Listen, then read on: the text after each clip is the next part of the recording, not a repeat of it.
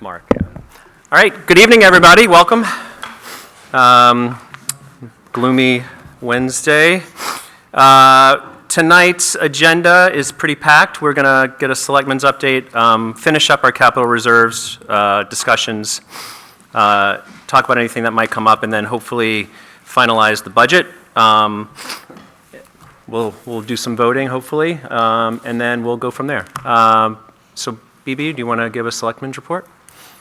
I don't have much because we haven't had a meeting since our last budget meeting, but I do just want to confirm that I made a mistake last week, and so the capital reserve transfers in were the same as Colin has on his report, so I misunderstood something that Bill had said at the last meeting. So just so you all know, I apologize for the mistake, so it is correct the way it was listed in Colin's PowerPoint. All right. All right, nothing else from there? So last time, regarding capital reserves, you have, well, I guess two things. You have Colin's spreadsheet, yeah, or the longer spreadsheet.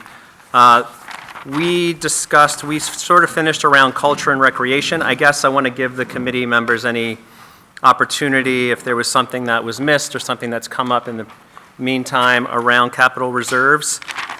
We do need to discuss total transfers in and out. And Kim, you said we don't really have to worry about the water precinct items, right? No, Kim? No. We don't have to worry about water precinct, do we? No, that's what I thought. So I'll just turn it over to the committee members. Any other questions or thoughts on capital reserves? We heard from Bob around adding potential money to the conservation land. That's sort of where we ended it. And then there was a change to the library fund. Do we want to go through that, what that change was? The library requested the change. The selectmen decided to leave it the same as what we had it, as a $100,000 transfer in. Okay. Right. Chris, I just wanted to provide an update on two items that Bob didn't talk about that I chatted with him about. I know it was late at night. We had asked the Conservation Commission to go back and take a look at redefining the reserves for potentially doing some infrastructure maintenance work. They did that, and he informed me that they chose not to make a change to the definition of reserves. And then the second item in the email distribution that he gave to me, and I forwarded to all of you, they were proposing a new reserve, and they've chosen to back away from that proposal. So I just wanted to bring that information to the committee. Yeah, Rob, I know you wanted to say something. Do you want to come to the podium?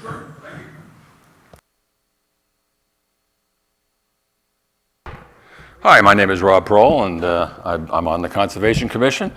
And a few years ago, I was sitting in your seats, and I know you have a large responsibility. As most of you know, the budget that you pick or you decide is the budget that goes to the town to be voted on. So you're in a very advantageous position in that sense. I want to put a quick plug in for the Conservation Capital Reserve. As you know, as I've learned from going to some of the planning board meetings, we have one of the highest population densities in the region. And with the effort to get more different kinds of housing, our planning board has more opportunities to do more building in town, which to me means it's even more important to be able to conserve whatever land we can get for the future generations. I know this is a difficult budget year, but I would like to see or hope that you would put at least some money back into the Conservation Commission Capital Reserve Fund. Even if it's only $1, that leaves the opportunity at town meeting, as probably most of you know, that somebody could make a motion to increase the budget, and then the folks would vote and decide. But if you have it at zero, that's not going to happen. So I'm asking you to see if you can put some money back into that capital reserve fund. It's important to get that fund built up over the years so we can preserve more land. Thank you. Thanks, Rob. Any discussion or questions from the committee? Rob, I just had, could you just provide your editorial? I've been involved in conversations about the escalating price of land inside of our town, and are we chasing something that we can never capture? So, we keep on putting money in it, but the price of property keeps on getting higher, and will we ever have enough money to purchase property? Can you editorialize on that? Well, I mean, there are a number of parcels that we have in mind. Of course, they aren't for sale, and of course, they are going to be more expensive. But if you have money in there, at least you can, put or talk to the owner about having a down payment, or if we have maybe 3/4 of the money. It has to go to the town anyway. The town would have to vote on it at town meeting. But if we can get that fund up to $750,000 over the years, it gives us more of an opportunity to buy the land. Of course, land has become much more valuable, and there's less of it available now in town, so it's a sacrifice that we need to make if we want to keep more open land in town, which is also keeping with the master plan, which is trying to keep this area somewhat rural, which we all want. But on the other hand, we all understand that we need to have more affordable housing, and that's another, weight of increasing the amount of building in town for that purpose. Thank you. Hey, Lou, go ahead. Sorry, Lou had his hand up. Okay, my question, please. Has there ever been, and if not, would you entertain any type of constructive, feature that would allow an individual to sell a plot of land while at the same time, at a reduced price, while at the same time enjoying a possible donation that would certainly influence their tax structure? Well, I don't see why not, but I'll ask Mark to come up, because Mark has been on the Conservation Commission longer, if you want to join me. So you're asking that somebody would sell the land to the town? At a reduced price, and at the same hand, and at the same time, take a donation for, market versus actual sale. I don't see why they couldn't do that. I mean, I'm not an attorney, but I think we're always interested in donations. And we have had some land, donated to us. The town has land that has been donated. And of course, we have the Mary Haddad Fund, which is, a donated fund that we've used for land acquisition. But you've never pursued a combined approach of land, the sale of land in addition to a contribution that would probably, the individual may be able to seek and get and receive what used to be market price for the land several years ago, while at the same time enjoying the fruit of a donation to the town. We haven't. It sounds like a good idea. But certainly would be willing to explore that. Yeah. In your, is the Conservation Commission, do you have anything that's a 501c3 that an individual? No. We explored that with our fundraising for the bog, and there were barriers to that. So. Right, the Conservation Commission is a town entity, Right. so it's not a private 501c3, it's town. The one question, Rob, is regarding just the use of the fund itself. That's only to acquire land, right? Only to acquire You can't land. use that for the bog Correct. projects, things like Correct. that. Have you all talked about the potential to change the use of that fund? Well, I think we've had some brief discussions of it, but I think the consensus is that, people in the town voted for that for the purpose of land acquisition. And to change that purpose, I think, is not a good policy. Okay, I was just curious. Yeah. I mean, my own opinion is that, again, I'll bring Phyllis in, because we probably do that every year, and her kick the can down the road. I know that that has to go to town to vote on, and property is expensive, but we would be reducing the amount that we might need to bond out if we decided to purchase land by at least giving some monies to conservation over time, right? Right. While it may not reach your goal, some monies can help reduce the cost of the land acquisition if we ever get to that point. Right. Yep. Could I add, Chris, I understand at the last meeting there was quite a bit of discussion about the master plan, and I just wanted to share that the master plan, the 2021 master plan, has quite a bit about conservation in it, and we thought it was pretty important when we wrote the plan. So I just wanted to make sure that you were all aware of that. Charlie, go ahead, yeah. A thought and a question. Bob Brown at our last meeting represented that presently we have about 15% of the total land, town land, in conservation, and that the state has a goal for towns in an area of 25%. Do we factor in the land in conservation through Osborne Sargent in our total? Yes. Do we also do that with the New Hampshire Society for Protection of Forests? Well, yes, but I don't believe there is any New London land that's under the society's ownership. I'm not sure either. I'm asking principally around how we think about data that we use to make decisions, and secondly, how we think about working with nonprofit entities in a collaborative fashion to achieve the same objective. I think Lou's question of financing in some way is a creative way potentially of helping a landowner from a financial standpoint do something good that supports conservation. Additionally, the methodology, primary methodology of Osborne Sargent is that they secure the easement and the landowner retains ownership. And that is not a methodology that we use in the Conservation Commission in acquisition. It's acquisition ownership of the land, not the easement. I wouldn't agree with that. We have, we spend money on conservation easements for land we don't own. So we are similar to Osmond Sargent in that sense. Okay.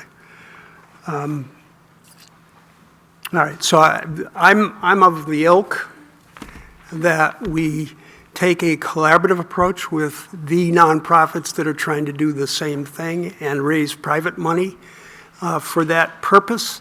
I am a conservationist, admitted. I put land in conservation, and I agree with Colin's comment. The cost that we're facing because of the price that has been presented to us today and will into the future leaves us to primarily the option of, unless we get a generous donor, bonding purchase of land.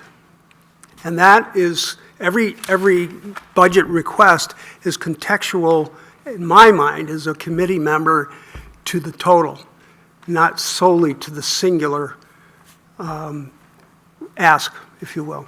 So I'm trying to think about how we can get smarter and better at it without always hitting the budget of the town to achieve the objectives we mutually have. I think, So that's more of Yeah. a statement of philosophy probably than it is. No, I definitely understand. I guess to the other side, if you're bonding out, you're paying interest on that bond over time, right? Yeah. Versus putting money away, which is, you're actually making money potentially on any investments. So I'm trying to think of it from that perspective too. Yep. And going to the town for $1 million is less likely if you go to, versus going to the town for $300,000, right? So that's just a different, I get what you're saying. I'm kind of looking at it from the other side too. Yeah, fair. I guess just add that, it takes a willing landowner and a patient landowner if they're being asked to wait until a town meeting where the town may or may not approve the funds. And I think the more that we have in our land acquisition fund, the more likely we, will be to entice a would-be. I have no debate around that at all. I totally agree with that. My comments and my questions are directed toward the aggregate budget that we have as a town, and specifically in this particular year where it's increasing 20%. It's a significant dollar number.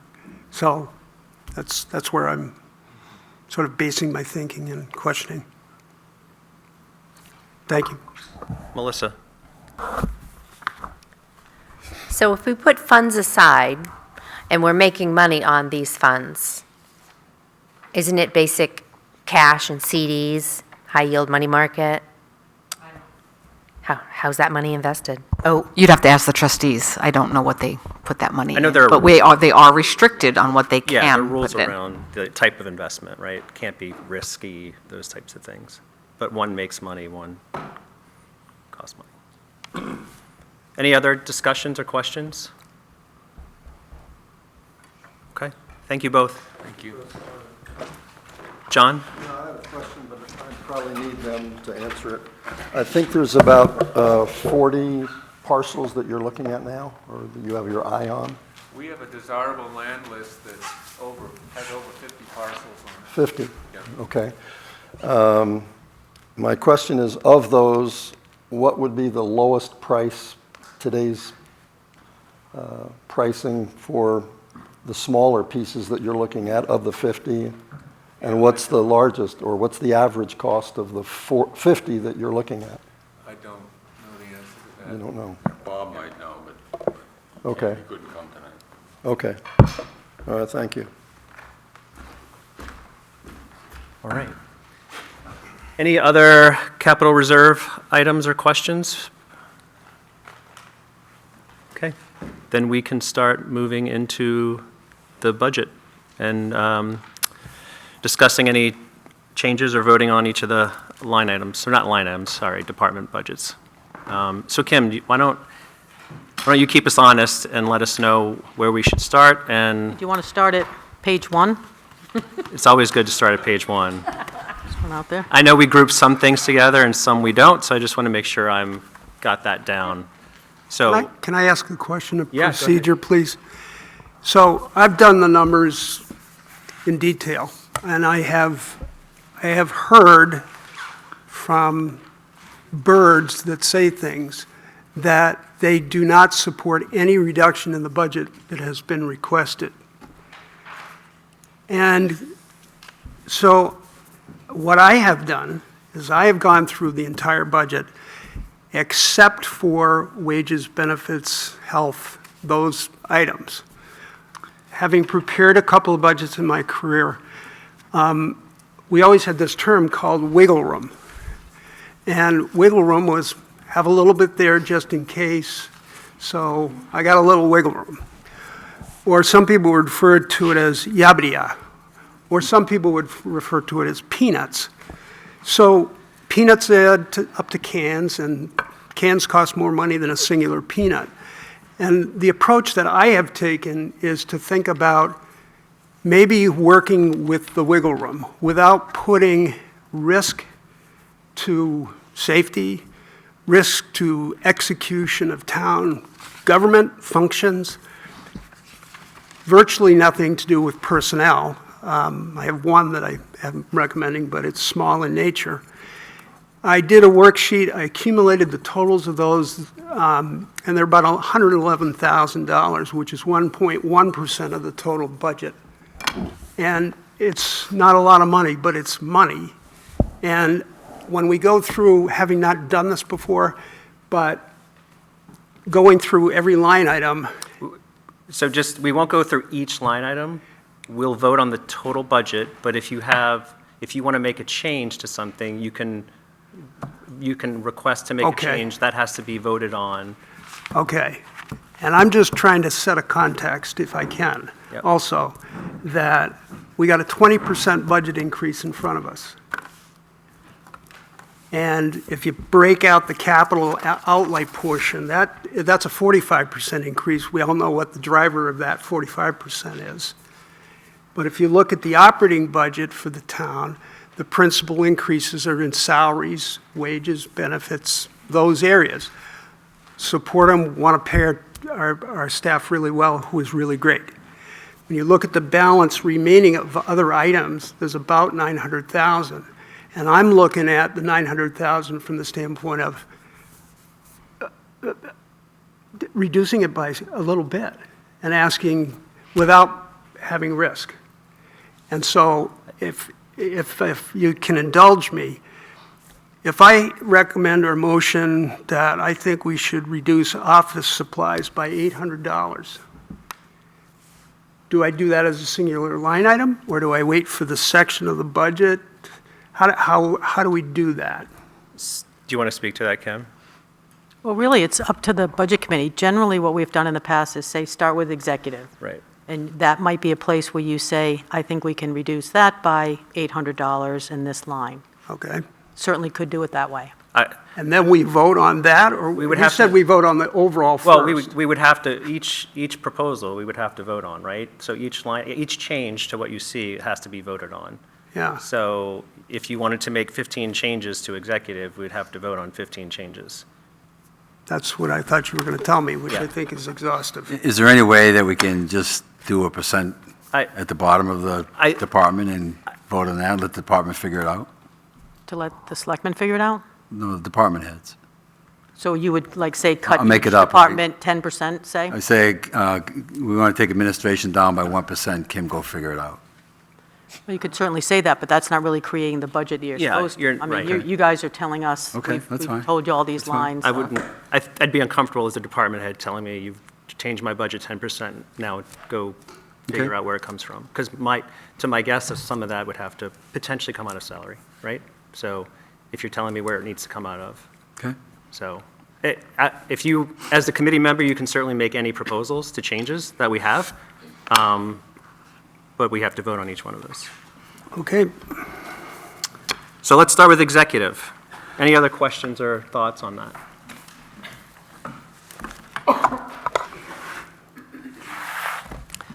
I would add, Charlie, and I think I get where you're coming from. I'd also, this, again, my own opinion, the budget last year was reduced significantly. The town tax rate was pretty low. Not that the budget wasn't reduced, but we did take the reserves halfway. So the town tax rate was low as it's been in 23 years. So any increase, I get the concerns. That's just an argument I hear every year, and I've been on the committee now for 10 years, like, this is a challenging time. This is a challenging time. And it's the same conversation every year. And everybody has the right to what they want to believe around the budget and percentages. My own philosophy here is that I think the department heads have done a great job of putting their budgets together. We've had a lot of conversation about it. Certainly, everyone has the right to vote on if they want to reduce items or increase items, right? That's the other side, too. If someone felt strongly about putting additional monies into something, those proposals can be made as well. Yeah, go ahead. No, Charlie, I appreciate you going through that. And I think if I can summarize what I think you're saying is you could make a recommendation to decrease the executive budget by $800 per line X. And so you can make that motion. Is that kind of what you're saying? Yeah, I was hoping to avoid that, because 800 here and 200 there and Right. all of that is, when I did the 800, 200, 300,000, Right. came up with 111,000, but I've got, I don't know. I guess Pages and pages. 50 line items, Yeah. Yeah. and I don't want to be a stickler, but at the same time, I'm looking at 20%. I'm looking at $2 million, contextual to a budget reduction of last year, and I'm sitting going, well, okay, peanuts don't mean anything, but they add up year over year over year, and the question I have for us is, when do we say, maybe we need to do a little control and a little reduction, but still have a very significant budget increase? So if the methodology is what you've stated, I'll go through each line item. I was just trying to get to an easier way to get the process moving versus the way I think it's going to go. So, Well, yeah, and that's kind of what I was trying to get to. Like, you could make a motion and then reference the specific line item Yep. with your deduction, Yep. and then just subtract that total, Yep. and then we could vote on that. So we wouldn't have to go through each individual line item? No? Yeah, I mean, I guess we could do that, right? Oh, Bill, Bill, yeah, go ahead, sorry.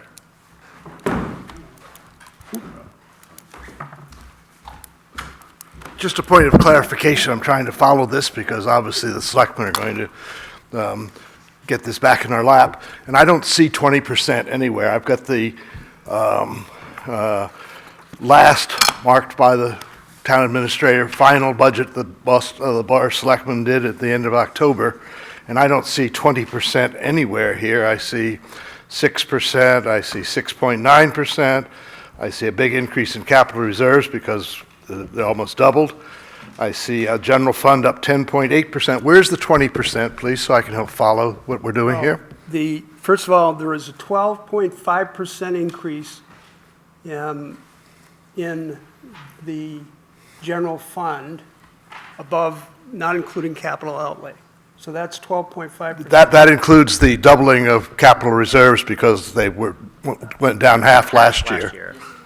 I understand that. So before that, so okay, so you're including that, so that's 12.5%. Where's the other? And then if you go to, I believe if you look at the general funds total, we're going from $9,990,020 to $11,978,744, which is That's the number I don't have. That's 19.9%. You know why? Because it includes the I $900,000 know. warrant article. I understand that. Okay. That's not in the budget, though. Right, that, I understand that. That's not a 20% increase. It's misleading to the people who are listening to this. I'm not trying to mislead them, Bill. I'm trying to articulate that if I look at just the numbers in terms of the total aggregate increase, it's a significant number. I will retract my 20% statement, but my sense is we're still increasing this budget by a significant amount of money, and this will carry over year over year over year. Well, I would just state for the record that the budget that the selectmen have presented to you is up 7.5% at the bottom line, and neither the selectmen nor the budget committee have voted to support the petition article. So it's not part of the budget. It's part of the potential spending that the town may be asked to vote on. But the budget that you're following, and this is because I'm trying to follow it on my little cheat sheet here. I'll take your is point. Is up 7.5%, not 20%. Okay, Thank you. thank you. Can I make a comment? Sure.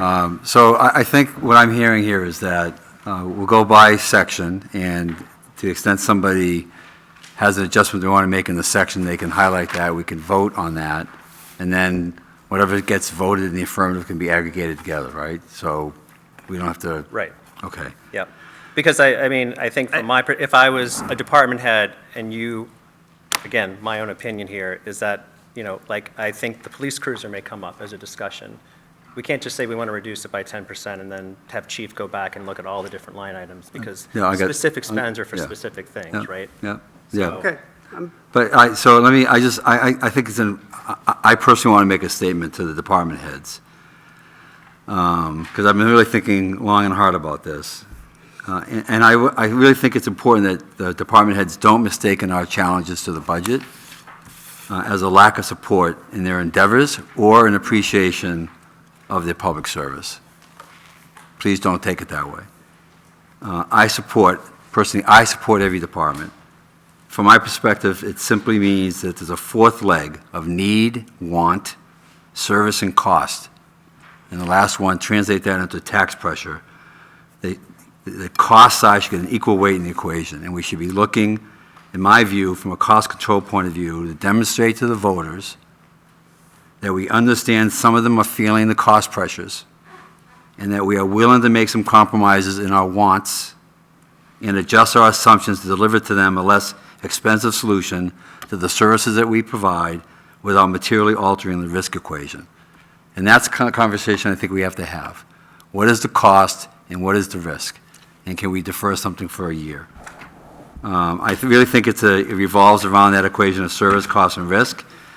And like Charlie, I believe there's an opportunity in this budget with little risk to service to reduce our cost structure to the town. And that's my premise. Chris, can I ask a quick question? This will be fast. What's our total expected collected tax fees from the town? Just, we're saying 9 million. Tax fees? Well, just total. The total budget, you mean? No, not our total budget. What do we collect? We'll collect whatever amount of money town meeting votes in this budget, plus county and school. That's what I want to know. What's the total amount? Oh, the total tax burden? Yes. 25 million?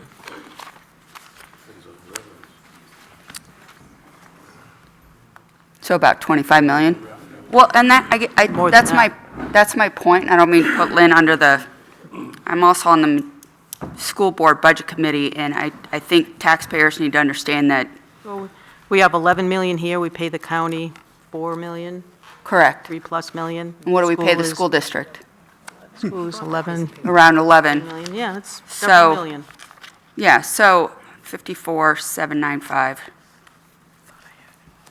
Hold on.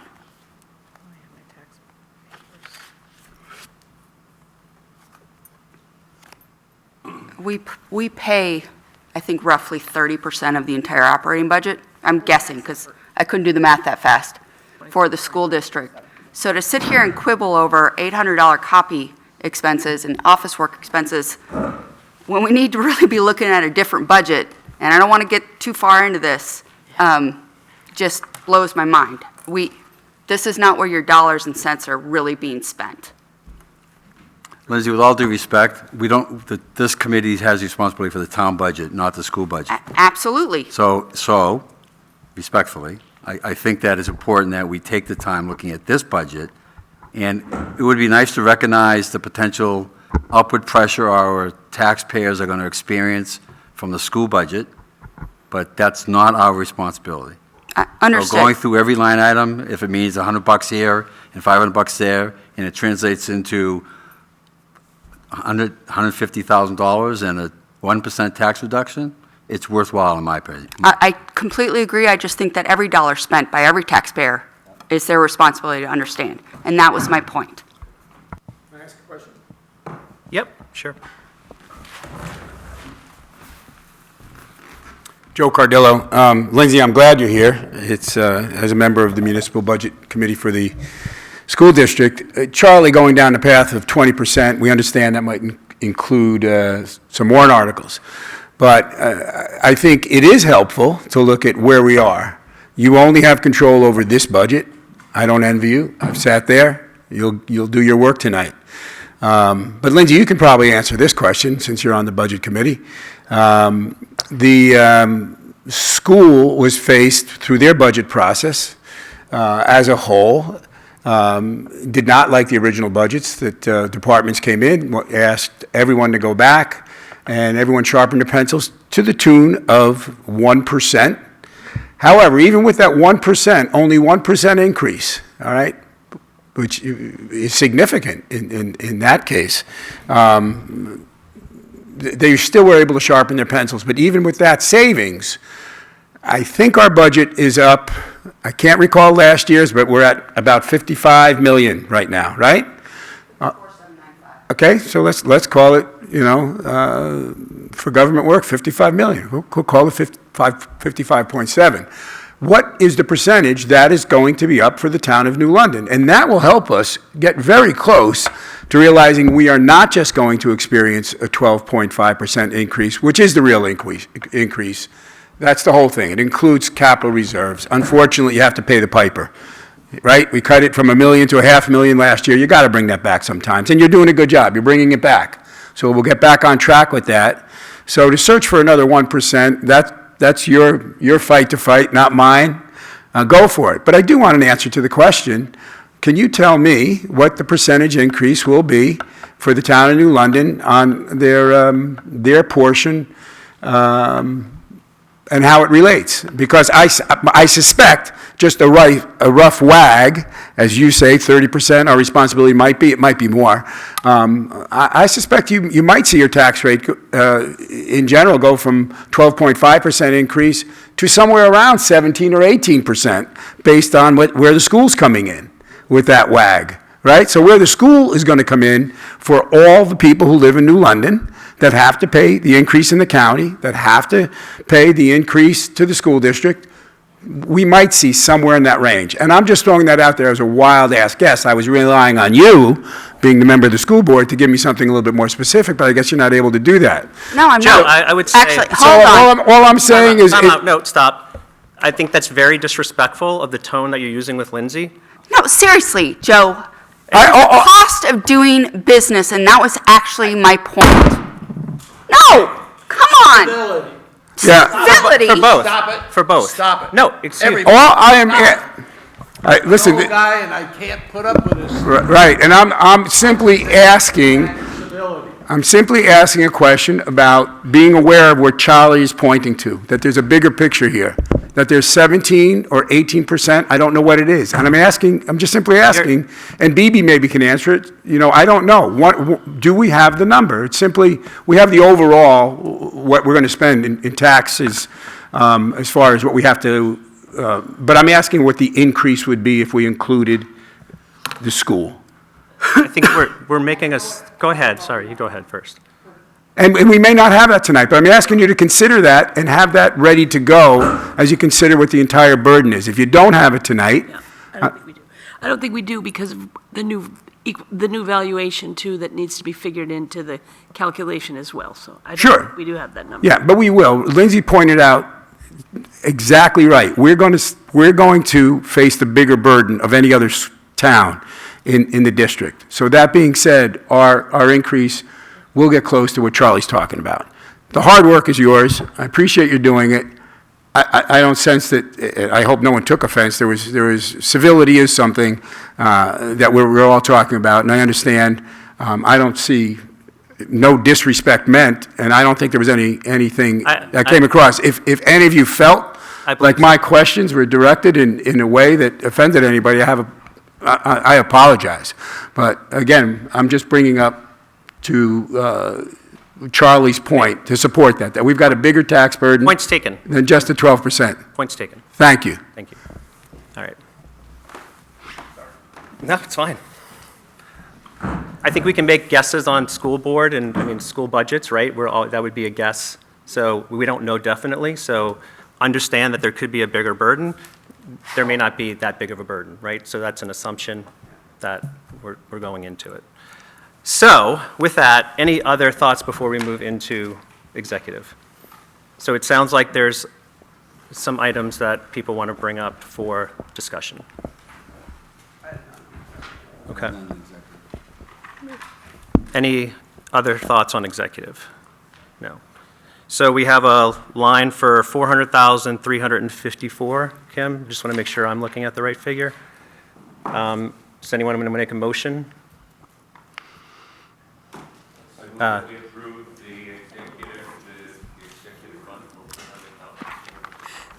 Second. All those in, or discussion? I know we did it before, but all those in favor? Aye. Aye. All right. Kim, what would be next? Next, we have town clerk. So town clerk through elections, right? That's right. So the line is 139,028. Any discussions on that item? I have a recommendation to reduce advertising in the town clerk budget by $300 and the office supply line item by $200. And in the election budget, miscellaneous election food and supply reduced by $300. And those reduction recommendations are based on looking at the spend over the last 3 years. Charlie, So- can you repeat the first ones you said? We have, The first one I'm recommending is the advertising line item in the town clerk budget, which is presented at $850. yep, I'm suggesting an adjustment of $300. And 300 total or minus 300? it's reducing it by 300. I didn't total So out what that is. So 550. 550. And then the office supply line item, which is budget request of $1,500, I'm suggesting an adjustment of $200 to a new total of $1,300. In miscellaneous election food supplies, there's a $950 budget ask. I'm suggesting an adjustment of $300, which would make the new total $650.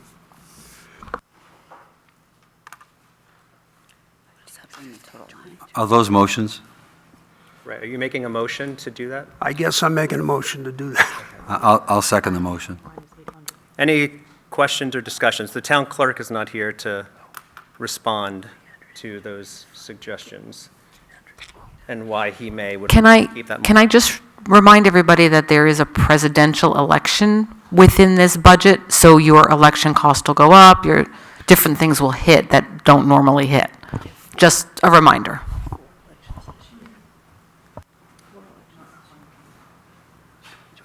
Does that impact? Okay, all right. Any other discussions? So we're voting on those reductions. Can you restate them one more time so everybody has them? Yeah, we have minus 300 in town clerk advertising. We have minus 200 in town clerk office supplies, and minus 300 in election miscellaneous food and supplies, for a total of 800 in reductions. Do you have any comments? Yeah, I'm uncomfortable with the miscellaneous food and supplies. Again, it's a presidential election. The sanitation requirements that we do not know what they're going to be. The state is no longer providing any type of sanitation. So it's up to the town clerk to buy those out of pocket. So I think minus 300 for probably not, probably ill-advised. I would hope that you change your amendment to, or you change your motion to get rid of that minus 300. So the procedure would be that we vote on the suggested change, that could be voted down, and then there could be a different amendment made, if that's the case, so we can continue to do that. So we have that amendment or that motion on the floor. We have a second from Colin. Any other discussion? I feel the same. I would support the reduction of the 300 and the 200, but not eliminating the funds from the... So we need to vote on the first one. I understand, Yeah, Chris. yeah. I'm just telling Charlie. Okay. All right. So we'll vote on the first, we'll vote motion, and then we'll see where that goes. So all those in favor of Charlie's suggested reductions? All those opposed? So that's a nay. So as it is right now, we'll keep it the way it is unless there is another amendment or motion to change. Didn't Hannah have her own, though? She was just saying based on that, she doesn't want to reduce that. So does that make sense? Yeah, I'm with you. Okay. So my motion is now to reduce advertising by 300 and office supplies by 200 in the town clerk budget ask. I'll second the motion. Any other discussion? Okay, we'll vote on that. All those in favor? Opposed? Okay, ayes have it. So you have those changes? Can you repeat those changes, please? 300 in advertising and 200 in office supplies.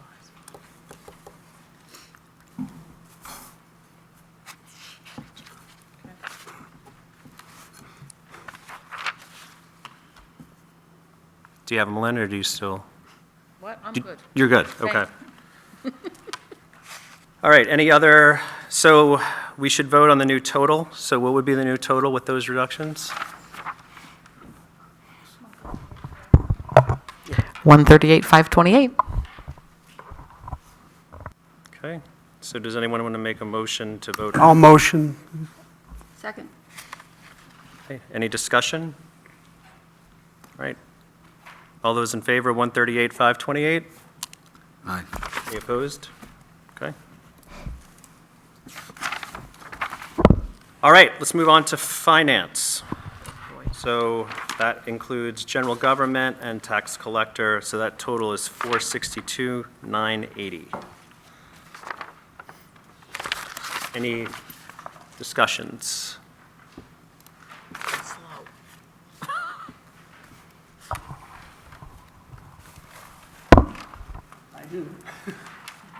It's okay, go ahead, Charlie. Go ahead. It's fine. Go slow, so I can follow you. Lee.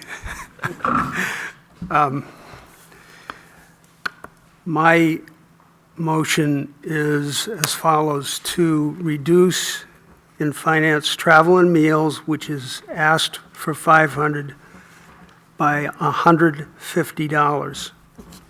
I can give my logic, but I won't. Office supplies at 3,500 ask, I'm suggesting an adjustment of $250. Tax collect mortgage research, ask is $850. I'm suggesting an adjustment of $350. I'm sorry, which one was that? Mortgage Oh, research. Gotcha. Tax collect travel and meals, budget ask is $850. I'm suggesting eliminating that item by $850, reduction of $850. It's never been used in 3 years. Tax collect conference and training, thousands the ask. I'm suggesting an adjustment of $400. Tax collect bills, 4,200 ask. I'm suggesting an adjustment of 200. I'm sorry I didn't total those.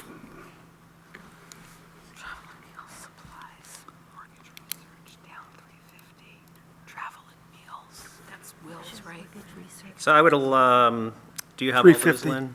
Conference and training, down 400.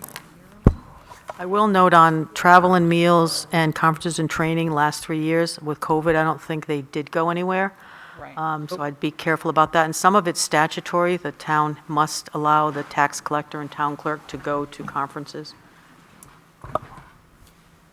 So do you still want to keep, so just, Charlie, so you're clear, when you make that amendment, you're including all those. So just like Should I last do time. them once, one at a time? Well, it would just keep, what I'm saying is when you include a lot, Are you kidding? if someone has a difference of opinion on one, they It don't want makes- to vote Okay, for that, right? So then you'd have to remake another motion. okay. But obviously with time, not that time's a burden, because we have other times for meetings, you could also do line item by line item. And everybody would have to vote on that line item. Do you understand? So like the more you put in, the less, there might be opposition based on one, line, Okay. right? Yeah. So Mark, just to catch you up, sorry, we've been starting to vote on the budget. We've gone through executive, we've reduced some line items on elections. We are now talking about finance and tax collector. And Charlie's making some motions to reduce line items. So I'll just turn it back to you on how you want to do it. I'm trying to look for efficiency, so I guess in this motion, then, what I'd like to motion is that we reduce travel and meals by $150, office supplies by $250, and tax collect mortgage research by $350. I'll second that motion. Any, Kim, I guess is for you, because you would comment on those items, right? Any thoughts as the owner of those line items? Well, again, with travel and meals and conferences and training for the town clerk, tax collector, some of them are statutory, so they have to go through training. I think the last 3 years, when there was COVID, they didn't go anywhere, so I Is think... the travel meals budget ask of $500 a statutory budget ask? Is that what you're saying to me? Yeah, I'm saying that the town clerk, tax collector must be able to go to conferences, both town clerk and tax collector. I think in the past, they haven't gone. For sure, they haven't gone. Okay. I think 2 months ago, both Will and Diane, they are starting to go back to them. So I think if you're basing the reduction on past expenditures, I think that's kind of tough in this case because they literally didn't go. They couldn't go. Will was getting into the job, after COVID. So I do think, if you're saying they haven't spent it and that's why it should go away, I don't think that's a valid reason. But Charlie, this is the finance line and not the tax collector line, right? Well, he's Yes. got tax collector conferences and training as Right, well. he Yeah. included that as well. No, I think he modified that. This motion is not for that. This motion is only This motion is not including finance, tax travel, collector. and meals. It doesn't include tax collector, but, My finance, travel Okay. and meals, 150. So you- 150. Keep it the way it is. Okay. Really don't- Lynn can speak to hers, go ahead. I mean, Yeah, once again, that they're starting to ramp up all the trainings that we didn't go to in the last few years, so we are starting to attend them. I have more training in the spring, and again, they're just ramping them up, and they're all in person. Now, there was always the remote option before, and I took it because it's more efficient, but they don't offer that anymore. You have to go in person for these trainings. okay. Lynn, if you looked at the budget and we looked at a different line, like advertising, and eliminating or reducing by $150, would that be better? My advertising line handles all of the help wanted ads for the entire town. So some years I use it, some years we really struggle to look for people, so I don't know that it's a great idea to reduce that. Is that also Budget Committee advertising? So, yeah, some of the announcements. Like your Budget Committee, public hearings, it's other things besides help wanted.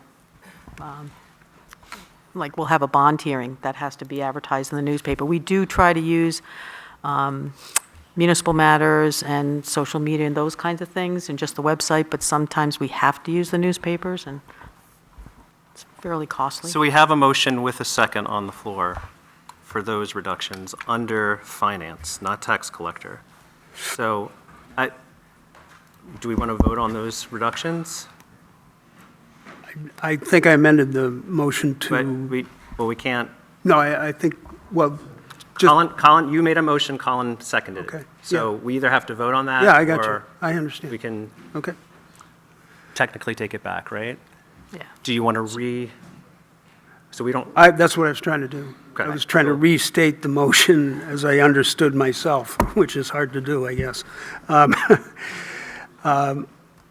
My motion was to reduce travel and meals by $150. My motion is to include $250 reduction in office supplies. so $400 total. Yep. Okay. Just two now. Does anyone want to second that motion? I'll second that motion. Okay, so we have a second from Colin. Any discussion on those two line items? I just have one comment to make, if I may, just to put some perspective to it. That represents .0008 or 0.08% of the budget. So, just to put it in perspective. Okay. So we'll vote on that. All those in favor of those reductions? All those opposed? Opposition has it. So that does not pass.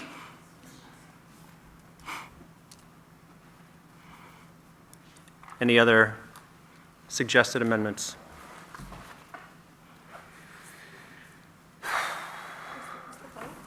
The vote was 5-5.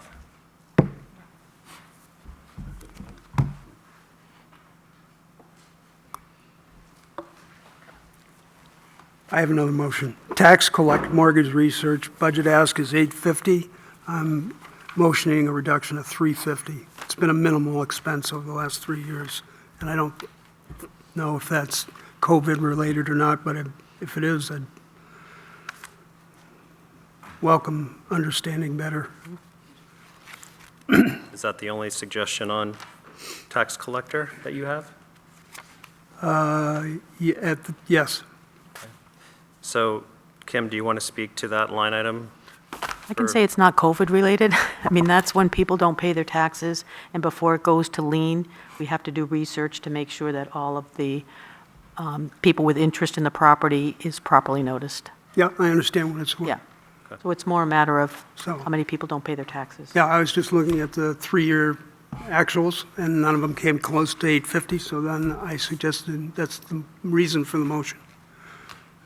Unless there's a reason we think. No, I just always want to give the department head a No, chance to respond. No, I understand. I was just reacting to that. Okay. So that's my motion on that line item. I'll second it. Any other discussion or questions? Okay. All right, so we'll vote on that reduction from 850, reducing it to 500 total, correct? Correct. Okay. All those in favor? All those opposed? Okay, that does not pass. Keep it at 850.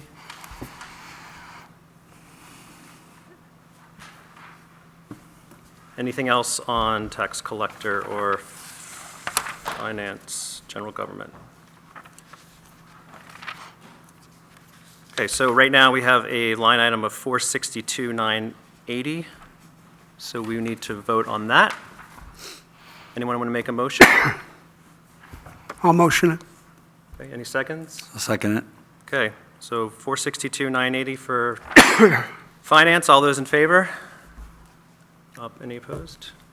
All right, ayes have it.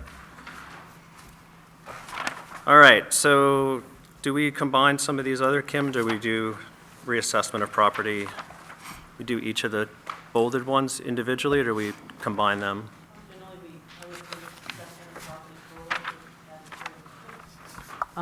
Tax map update and assessor services.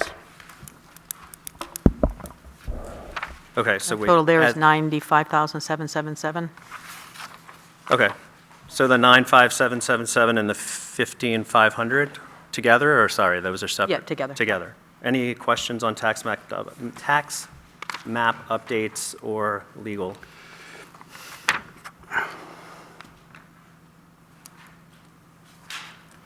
On legal, you asked also? Mm-hmm. Yeah, animal, I have a motion to reduce animal rescue fees. Ask is 500, my motion is to reduce it by 500. It's never been used in 3 years. I don't know who owns animal rescue fees. Oh, we haven't had any stray dogs that we've had to kennel. Sometimes we find stray dogs and we need to kennel them for a certain amount of time, but I would agree we haven't had those, so people are keeping a close eye on their dogs lately, which is good.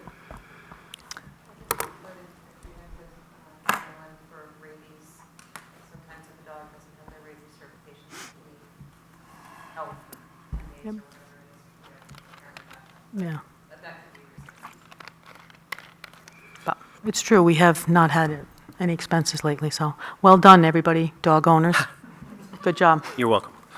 I'll second his motion. I don't think there was a second on his motion. Okay, so the motion is to reduce animal rescue fees to $0. So we have a second. Any other questions or comments before we vote? Chris, is there an issue if this becomes $0 in the budget? Don't we have to have a small balance, and that's to the advantage of? I would ask whoever owns that. Yeah, I would leave $1 in it. Okay, So my motion would change to reduce it by $499. okay. You want to keep on the second on that one, Colin? Sure, I'll second that. Okay. Yep. All right, all those in favor? All those opposed? Okay, that fails. We'll keep it at 500. So we can vote on the 95,777 for reassessment and the total of 15,500 for legal. Anybody want to make a motion?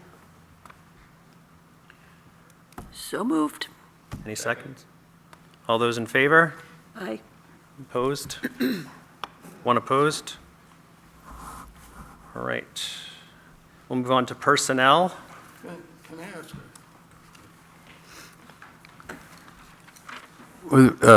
This dog situation brings up sort of a general point. If we didn't have a category for dogs and we had a dog situation, the selectmen can find $50 to put it in and we don't have to have this line item there at all. I don't think we need to have $1, and we could have done. And so going forward, I think if we have similar situations like that are small numbers like that, we don't have to keep $1, and we can certainly find a way of taking care of a dog or whatever it is. You need to keep $1 if it's a purpose. So I would agree with you. In this case, it's legal. So if you zeroed out legal, then you wouldn't be able to spend any money on legal. So to the extent that, because we do keep animal fees in legal.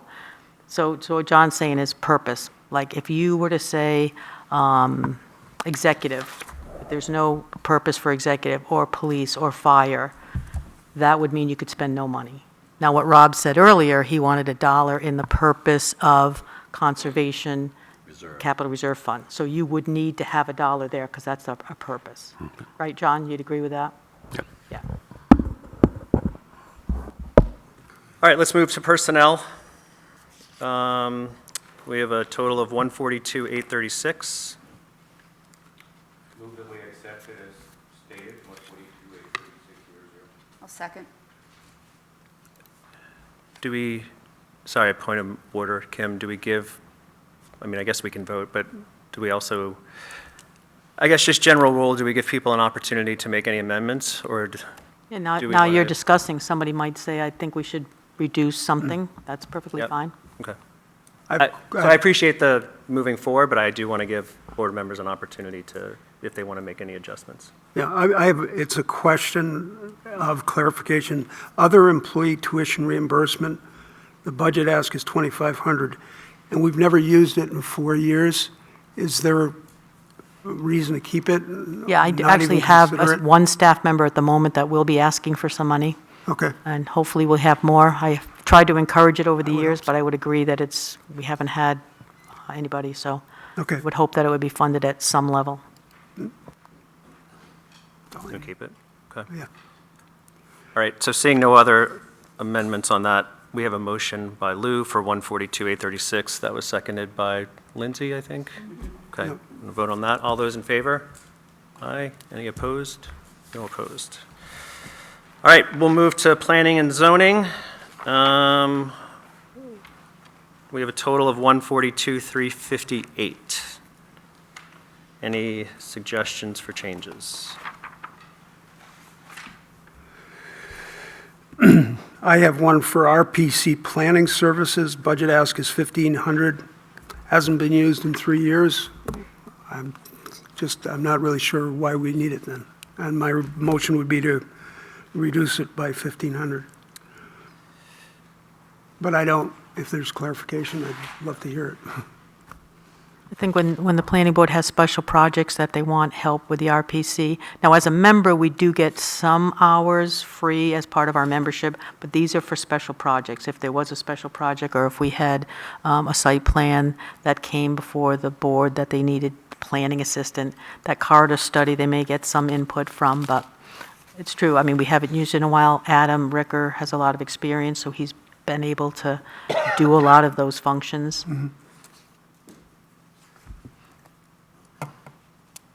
Do you want to keep that?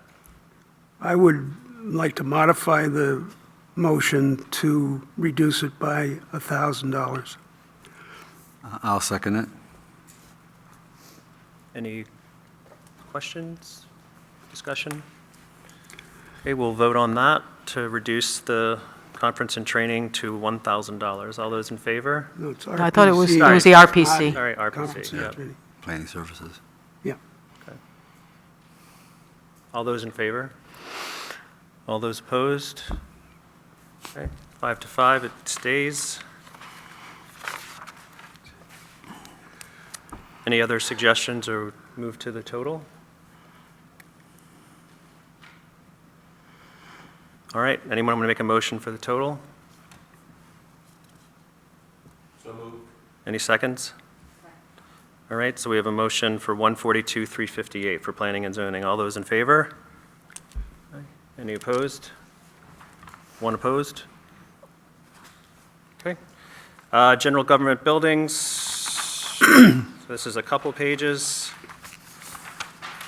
So it goes to page 7 with a total of 282,455. I'd like to make a motion on the Academy Building, three rows from the bottom, building maintenance and repair. We have spent monies in 2022 and 2023.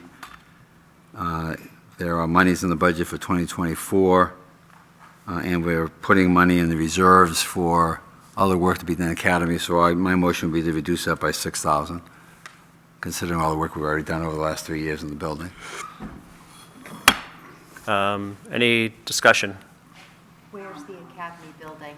Town, The town office. town office. The town office. Sorry. Bob, do you want to come up and talk about that?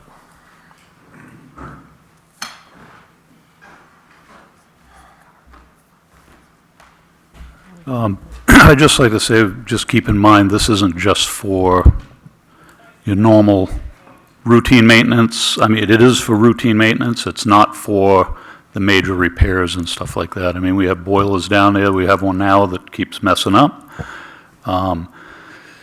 We have to have HVAC companies come in all the time to service different things. It's pretty easy to spend a large amount of money these days on just the upkeep of what we have.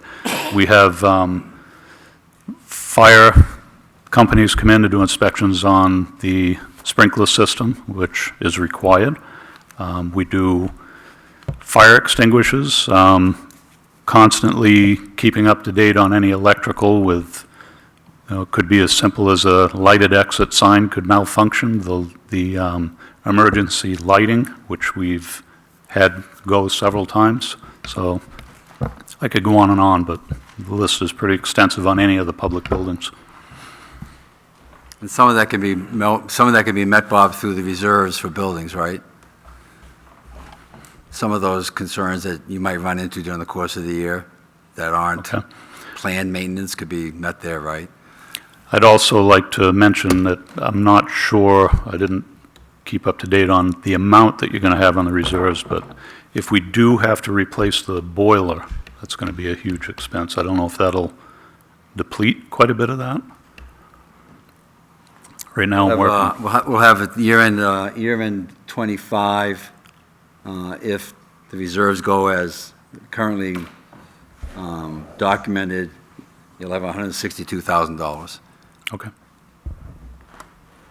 I'll just state the actuals for that line item have been, for the most part, over the budgets that were planned. More the reason why I'm saying that, I'm guessing the things that are broken have probably broken, so Yeah. it's unlikely they're going to break again quickly. All right, so we have a motion to reduce that line item by $6,000, so from $12,000 to $6,000. Any seconds? Second. Melissa seconds. Any other discussion? Okay, we'll vote. All those in favor? All those opposed? Stays at 12,000. Any other discussions on other buildings?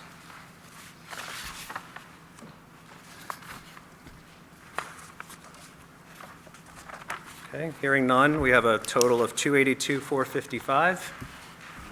Anyone want to make a motion?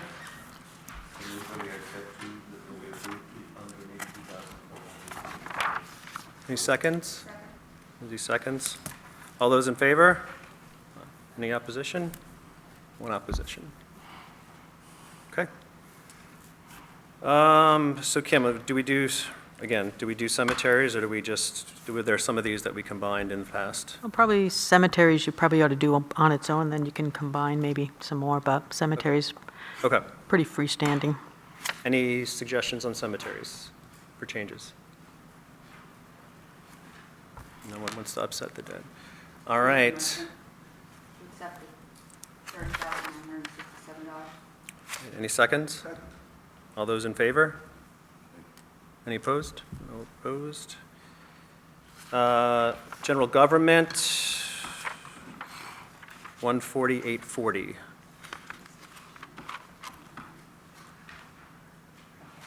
I'm going to just assume that we have suggestions for changes. That's why I'm pausing, just so we all know. So, because I don't know where they all are. So, okay. I'm good. All right. So, hearing none. Any motion? Motion we approve $140,840. Second from Charlie. All those in favor? All those opposed? We'll do advertising because the next one, police, is next. Advertising of $19,597. Move to accept that. Any seconds? Any discussion? Okay, all those in favor? Any opposed? No opposed. All right, Chief Cobb, you're already at the podium. Thought I'd get ready. Okay, you were getting ready. I didn't know if you were going to make any suggestions. Okay, so any suggested changes to the police line items? No? Good. Okay, thanks.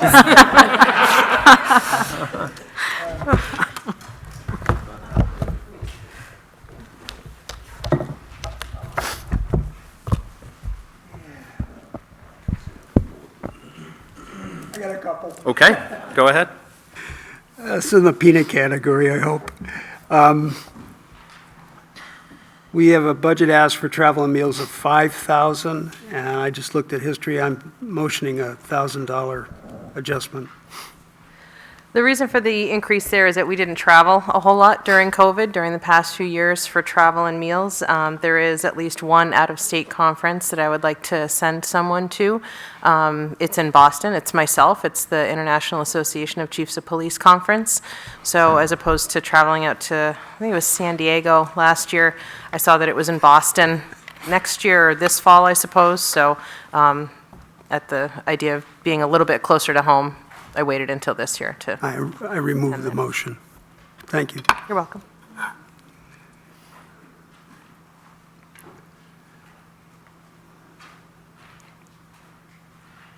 I'm good. Okay, do you want to keep that as a suggested change? No, I'm removing the motion. Okay. I'd like to make a motion on the police cruiser. Considering that it's going to be used as an alternate vehicle, K9 research shows the average service for a K9 dog is 6 to 9 years. So I think that's going to play out in the chief's plans over the next couple of years. The patrol Tahoe is going to the K9. The plan says that the existing K9 will be moved out, if I recall correctly. My proposal would be to eliminate that police cruiser this year. Chief? Yeah, that's the plan right now. I don't know what the future of the canine program will hold once this dog is done here. I certainly wouldn't rule out another canine, but I don't know that we're going to have one again because I don't know how long Velo's going to be a working dog. So you said something, Colin, an alternate car? Is that what you're working? Yeah, it was, if I recall your write-up, Chief, it had that you were going to use it as a backup car. Oh, essentially, yes, sorry. Yeah, it's not one of the frontline patrol cars that the patrolmen use all the time, but it is like it's probably being used tonight, potentially, a Tahoe instead of one of the Chargers. So it definitely has its purpose, and then, of course, if a cruiser goes down for any length of time, it puts us in a little bit of a tighter spot.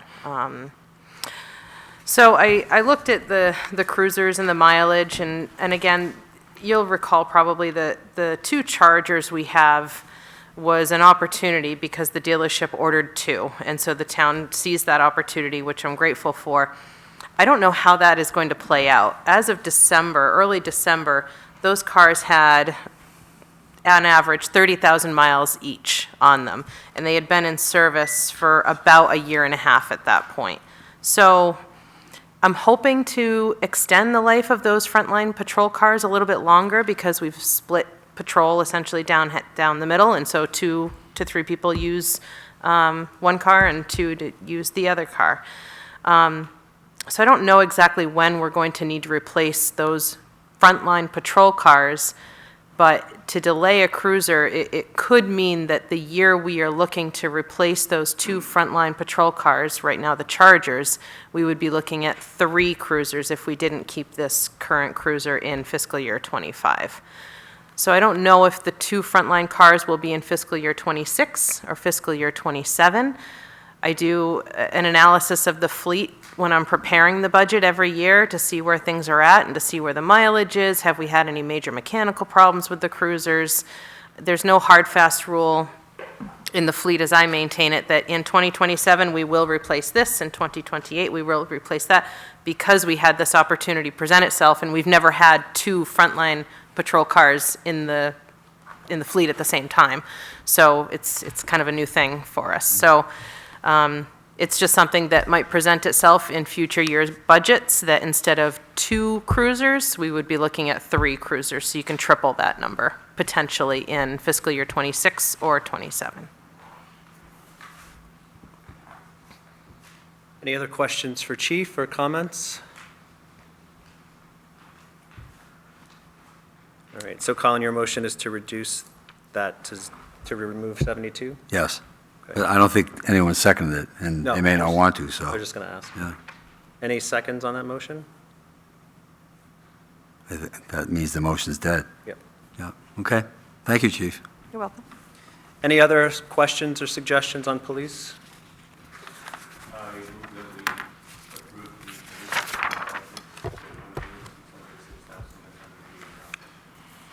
Any seconds? Mark seconds? All right. Any discussion? Okay. All those in favor? Any opposed? No opposed. All right. Thanks, Chief. You're welcome. You want me to stay up here for dispatch, or do you want to see the fire chief? We have fire next. Okay. You'll come back. We'll give you exercise. We'll go through, so fire, we have a line item of 686,246. Can we include the fire awards in that, or why don't we just include the fire awards on that for 435? So any discussions or thoughts on fire? I have one. It's in regard to overtime wages, Jay, and the ask is $18,000. And this is a clarification to either support motioning something or not. And I thought I heard you say at one of our last meetings that we have a new employee, a really good employee, and I'll probably not characterize it correctly, but inspired enough to show up at all the calls, which may not, I took to be, he's interested, he's there, he's available, he's engaged, and that's good. But I also kind of was left with a feeling that he's choosing to be at every call versus needing to be at every call. And is that a fair interpretation of what you were saying or not? It was fair up until your last statement of needing to be. So, and ironically, I just submitted this for the town report for the fire department. So the employee that we had hired in July is very active. For instance, we've been to 5 fires this week. Yeah. And so the Hannaford fire, the Georges Mills fire, off duty, came back in and didn't go home until the next day. And certainly worked half of his shift, but because of the time frame had been up, was sent home to recoup. So any call that we receive that goes to a general alarm. So the New London Fire Department last year, out of our 912 calls, responded to, I believe it was 136 general alarms. So those general alarms are the calls that he's coming back to, not the still alarms, where certainly there's some nights and weekends that the officers take call, including this firefighter. So he actually has the duties and responsibilities as one of the on-call officers. And so it's not that the individual's arbitrarily showing up, it's calls that we actually need additional people for. Okay. So I think we manage who responds and who doesn't very well. The tough thing is we only also have 3 full-time people. And so if you have a person out who's sick or on vacation or whatever the case may be, there's not a lot of depth there to backfill individuals. And I would say that we are extremely fortunate for all of our membership. The difficult thing is the availability of individuals, and I talk about that as far as statistically, the responses are going down and having to rely more and more on mutual aid to assist us. Yeah. Thank you. Sure. Fine. No changes? Okay. Any other suggested changes on fire? Or fire awards? I'd like to offer a change, subject to the chief's response on dues and subscriptions. the ask is 5,600, Chief. There hasn't been anything near that in the last 4 years, so my proposal would be bring it down to 3,500, which is above all the past years as well. So I don't know if you have a comment on that. So the dues and subscriptions, part of that is the NFPA, the National Fire Protective Association annual dues, which are $1,800. The membership, which is $185. The larger chunk in there is the ESO software, and so we're waiting to see what happened with the police department and their software and the interaction that we have for our inspections. So currently, Captain Matthew will go out, do an inspection, comes back to the station, he's handwriting everything, and then has to type everything up. So with this software that we had proposed to get, which we haven't subscribed to yet because we wanted to see how it interacted with the new software that Dispatch has.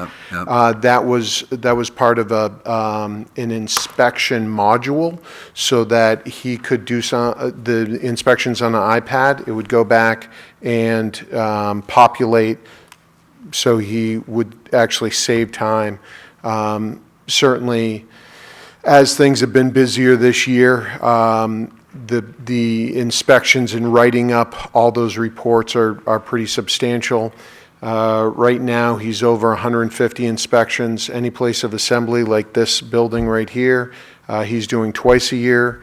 So any of the larger occupancies, it's taking up a chunk of time. Certainly, we could say, let's not do that. And it, from a operations standpoint, may take them more time. We haven't had it, but it doesn't mean that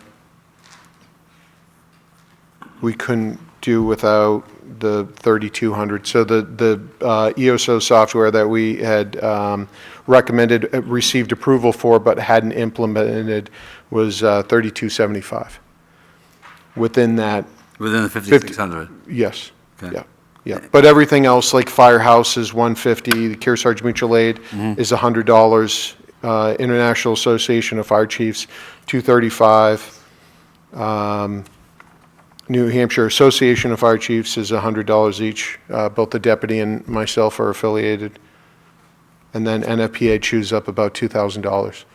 And that's needed for us to pull the applicable codes and standards out to apply them for any of the inspections for NFPA, particularly one, the Unified Fire Code 101, which is the life safety code, but we use it all the time for residential questions. Regards 211 is going to be installation of chimneys. NFP 13 is for extinguishers. So the whole family, it's not just the specific code book, it's the whole family that we look at. NFPA 54 and 58 for propane gas inside, outside, 72 for fire alarms, so forth and so on. Thank you. Sure. I'm good. You're good. Okay. So no suggested changes on fire or fire awards. Can we combine them together, Kim? Okay, so we're gonna, any motions to accept 686, 246 for fire and 435 for fire awards? Moved. Second. All those in favor? Any opposed? No opposed. EMS, or emergency management, I should say. 18,600, any? I move to accept. I recuse myself. Okay, A second. right. All those in favor of $18,600? Okay. Any opposed? No opposed. Dispatch.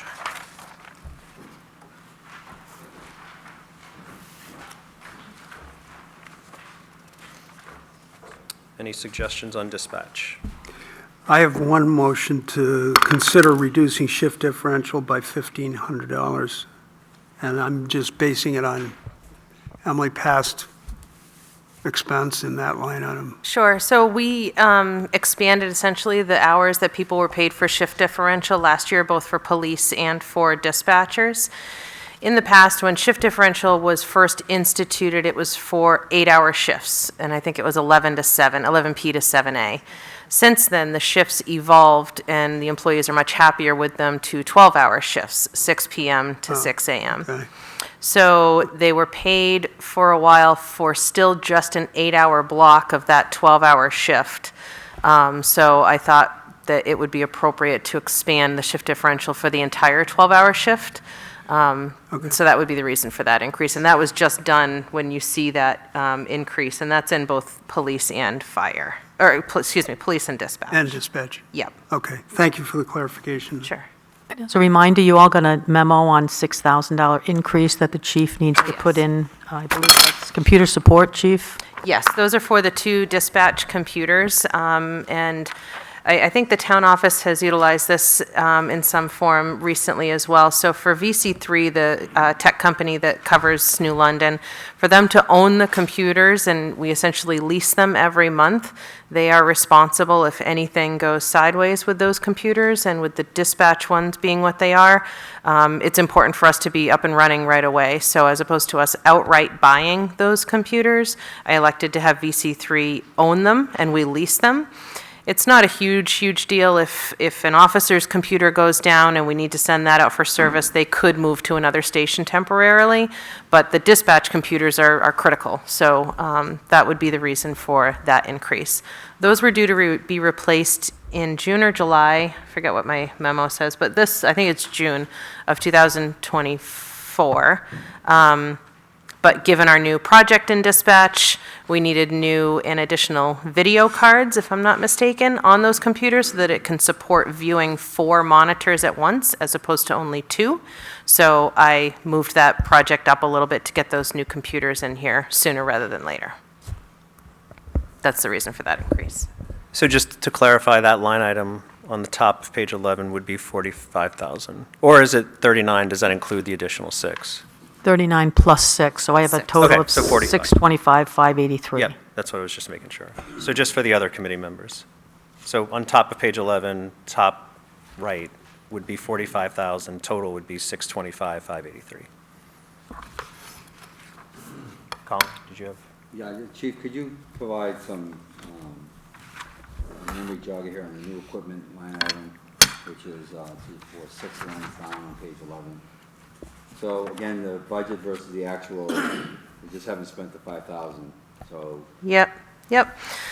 So that's for any sort of new equipment. The dispatch chairs themselves would cost about $2,400, I think, because they're very stout chairs, because they are sat in 24/7 by a variety of folks. So that is an area that we don't know if we're going to need something new until it breaks. We just ordered a new circular, I think it's called a credenza for dispatch. So, those things are costly. So, yeah, we haven't spent that entire 5,000, but just the dispatch chairs alone are sometimes upward of 2,000 plus, so. Thank you. Mm-hmm.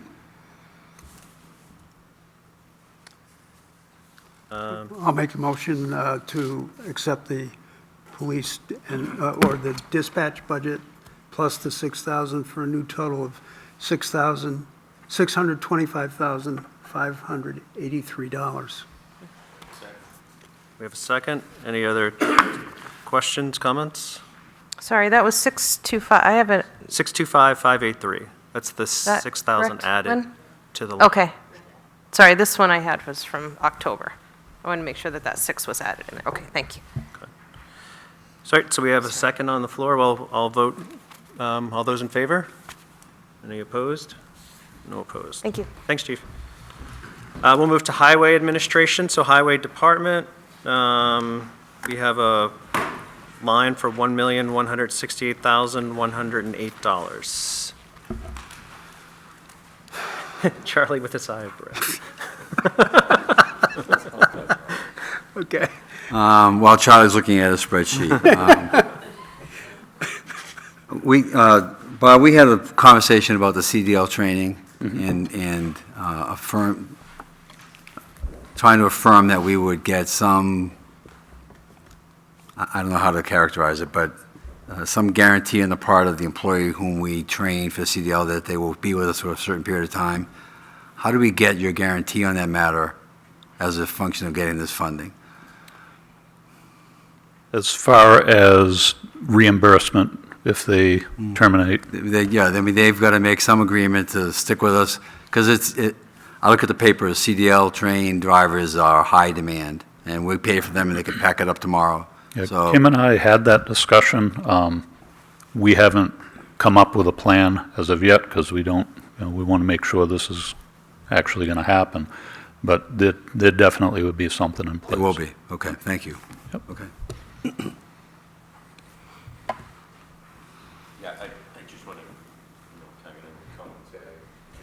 Microphone. Put your mic on, Lou.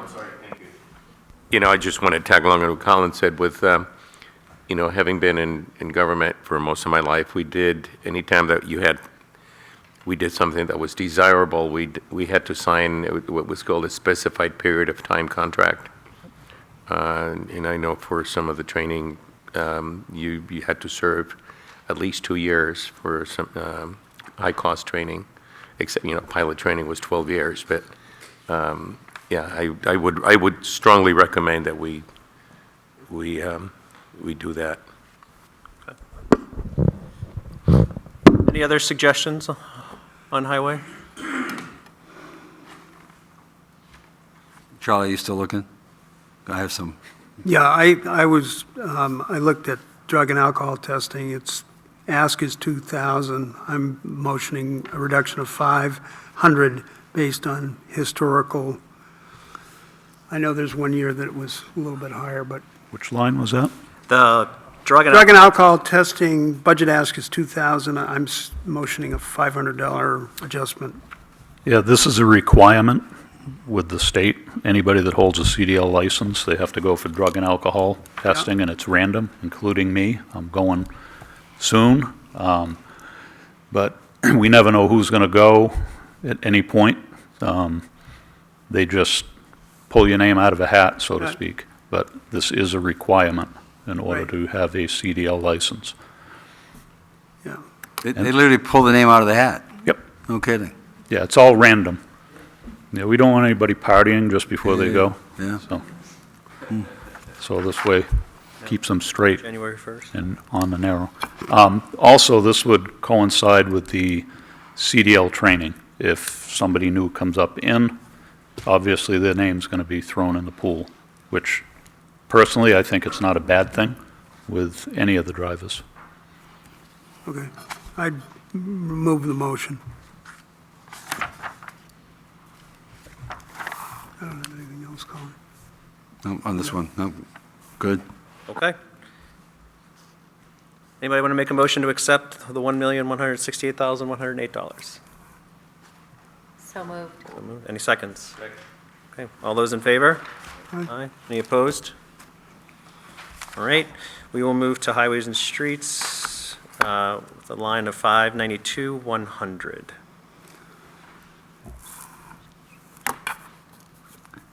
Bob, can you remind me, I was looking at the paving streets and paving services, and I know that there's a line item in the reserves too. What is the operating budget paving services, $235,000? Is that repairing existing? Affirmative, yep. And I try to leave a little bit of a cushion there because you never know what Mother Nature's going to throw at us. The prices have increased since I've taken over. They've steadily increased, and I haven't increased that line, so we actually do a little less paving. But I really wanted to come before you guys and see about raising this, but I didn't think this was the time. And Bob, you use an outside contractor for that, correct? Repeat that? You use an outside contractor for that, correct? Yes, we do, and some of it we do in-house as well. Thank you. Yep. Not on that line item. I'm all set. Any motions to accept 592,100? I'm sorry, I still have. You still have more? Yeah. Okay. Charlie's still looking. I Charlie. wanted to make the motion to consider reducing equipment repair, which is budgeted at $80,000. And my motion is to reduce it by $8,000. And my assumption to support that is that we're buying new vehicles. And I would assume that some of the historical expense of repair maintenance is associated with those older vehicles that are being moved out of the fleet. And is there a correlation there that would support an adjustment? The only problem I have with that is this budget is for 2025, and currently it takes almost 2 years to get a truck. We're still waiting for a new one that was voted in. Yep. And nothing has changed yet, I'm sure. Same goes with Jay. I'm not sure with Emily, but I do know, like, the 1 tons, they're hard to come by right now, so that's going to be pushed out. So, I mean, we could have a motor, transmission go, who knows? The trash tractor at the transfer station is still an older vehicle. At some point, I'm going to be coming before you, probably looking to replace that. We bought it used, knowing full well. I didn't personally, I wasn't involved with that, but it was known at the time to go used, and we were going to have problems with it.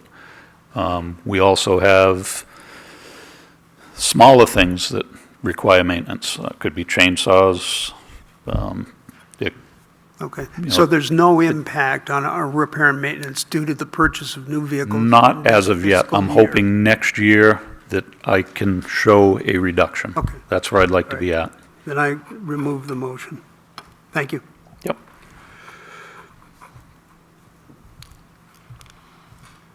Do you have anything? I'm good. Okay. You good? Yep. Any motions for 592-100? Any seconds? All those in favor? Aye. Any opposed? No opposed. Street lighting, 12,000. Any motions? So moved. Any seconds? Any? Second. All right, all those in favor? Aye. Any opposed? All right, transfer station.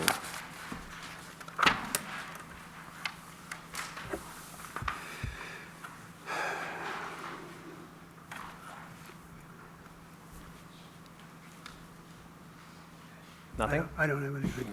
Okay. Anybody else for transfer station? Okay. Any motions? And second. Okay. Melissa made the motion, Lou second for 534, 433. All those in favor? Any opposed? No opposed? Thank you. Thanks, Bob. Solid waste cleanup, 28,000. Any motion to discussion?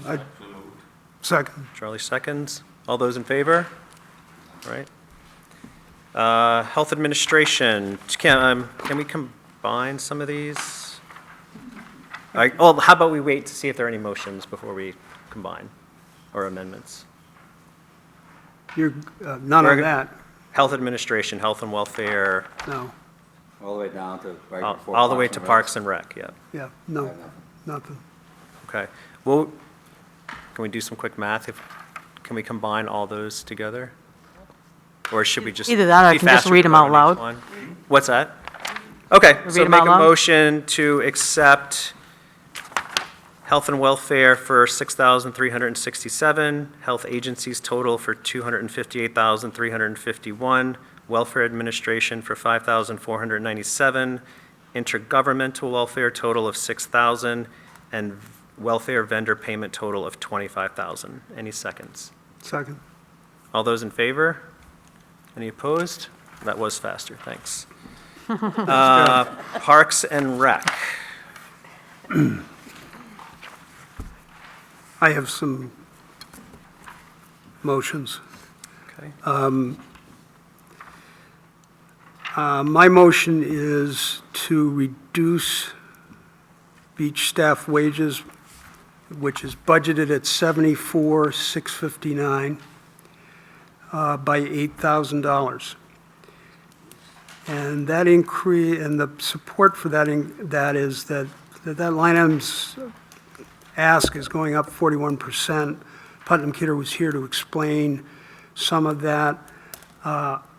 I'm suggesting that that staffing line and be managed differently going into the 25 year. So that's the reason for my recommendation, my motion. I second it. Hold on. Is that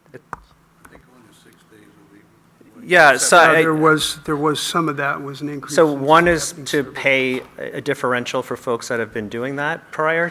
It's very difficult to get I understand. help. Yeah. So I'm just speaking for Putnam. And so one, to pay the folks that have been there, to have them come back, so for retention and the Understood. differential, so. Right, and they also, I think he wants to go to 7 days a week. Yeah. He has had to do 6 days for a while. So he's looking for beach coverage of 7 days. Beach. That's beach. the waterfront staff salaries. That's not rink. That's also a 13% increase. I think you said 40.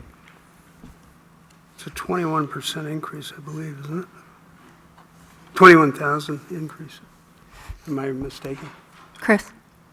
Okay. I think some of the difference from, if you're just looking at last year to this year, is the rain. So primarily, he tries to budget assuming that it's going to be sunny every day. And then weather permitting, you know, last year they had to close the beach. I'm guessing. I think that's the guess. There is not, he doesn't budget for sunny days every day. He Right. budgets for a certain number of days that there will be good weather, and obviously that's a guesstimate. No one really knows. But it is due to increasing usage of the beach to 7 days 45, and the differential. 27.50. Who's this one right here? Do you want to continue to make that motion to reduce, Charlie?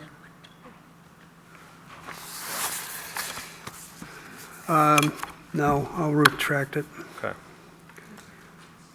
Any other questions on rec? Yes. Elkins Buckland Beach equipment, the ask is $3,200. I'm motioning reduce it by $1,200. There was discussion about equipment that was going to be purchased, additional picnic tables, metal in nature. There's a current number of those at Buckland, and there's a need for one or two at Elkins. I'm suggesting transfer one over from Buckland to Elkins, meet the need, not make the full purchase of whatever number was being suggested for that. Bob, you. I'd just like to say that, excuse me, the biggest issue I see is the Public Works Department is going to be busy shuffling picnic tables back and forth. I'm saying permanently. What's that? I'm saying permanently. If there's 5 at Buckland and there's 0 at Elkins, move one from Buckland to Elkins. Was my thought process. I don't think that's the case for the, Yeah, I've seen that beach, actually, I've seen both beaches pretty packed. Yeah. You may not see people on them, but they might be over in the water or whatever, and they're going to be using that picnic table at some point. Yeah. You know, whether they're going to have lunch or whatever it may be. But I do know that down in Elkins, and I think there's a couple also at Buckland that are wooden, that Yep. are in very tough shape. Yep. And it's probably more of a safety concern anyway, but that's just my opinion, so. Thank you. Okay. I still make the motion. okay, there's a motion to reduce Buckland and Elkins beach equipment by $1,200 to $2,000. Any discussion? Any seconds? I'll second it. All those in favor? All those opposed? Stays at $3,200. Okay. Any other discussions on rec? All right, hearing none. Any motions for 243, 371? So moved. Second? All those in favor? All those opposed? 2 opposed. Library. 709, 895. That's still accurate, right? That total amount? Yep, okay. Any suggestions or any movements of the motion? Make a motion to approve. Any seconds? Any discussion? Okay, all those in favor? All those opposed? No opposed? Let's do, how about, I'm going to go through a couple to get to housing, or actually, sorry, before conservation. So I was going to do patriotic, other culture and rec total for 1,000, conservation, we can stop there. Is there any, how about this? Any discussion on conservation administration?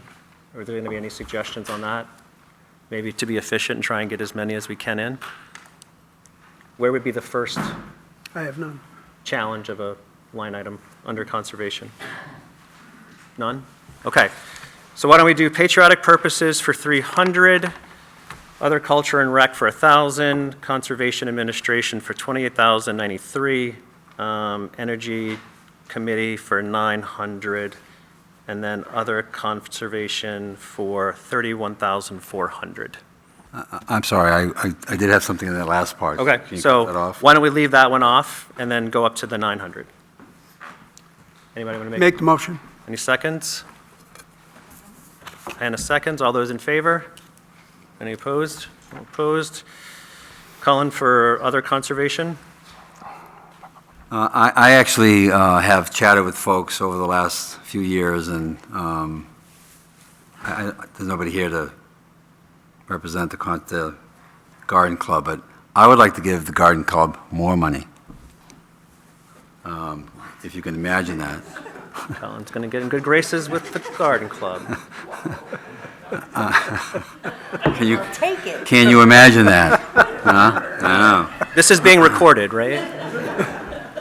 I am, when I wander through other towns like Newbury and, other places, I really am taken back by how pretty some of those towns look with their flowers on the posts. And so I, to the extent the garden club is willing to take on that task, and Bob, it would probably mean, one of your little four-wheelers watering the stuff every day. I think it would do a lot for the town if we did some of that, so that's just my proposal. I'm not opposed to it. I just want to know, has the garden club asked for more money, or do they want more money? No, but I'm sure they'd accept it. Okay. Gratefully. Yeah, no, I'm just curious. I'm on the board, Okay, there you go. so I'm asking for more money. Okay, so what's the proposed amendment? I would add $1,000. So 2,500. So 2,500 for the line item, taking the total to 32,400. Any questions or comments? Money well spent. Okay. Put that on the record. All right, so a motion on the floor to raise the line item to 2,500 and the total to be 32,400. Any seconds? Second. Mark seconds. All those in favor? Aye. Any opposed? No opposed. Okay, housing.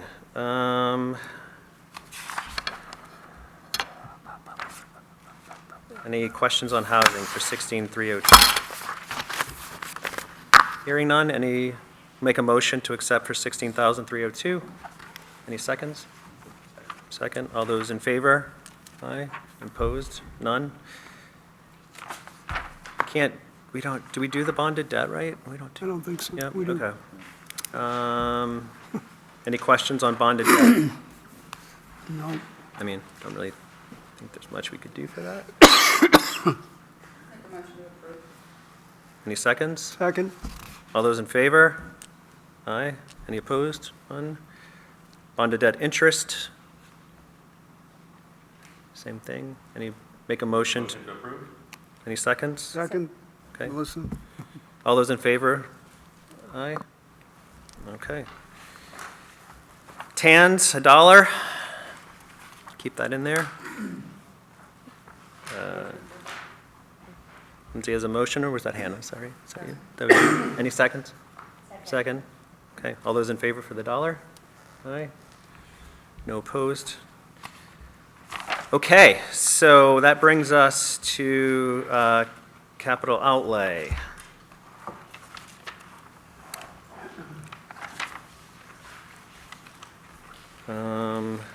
So we will start with general government.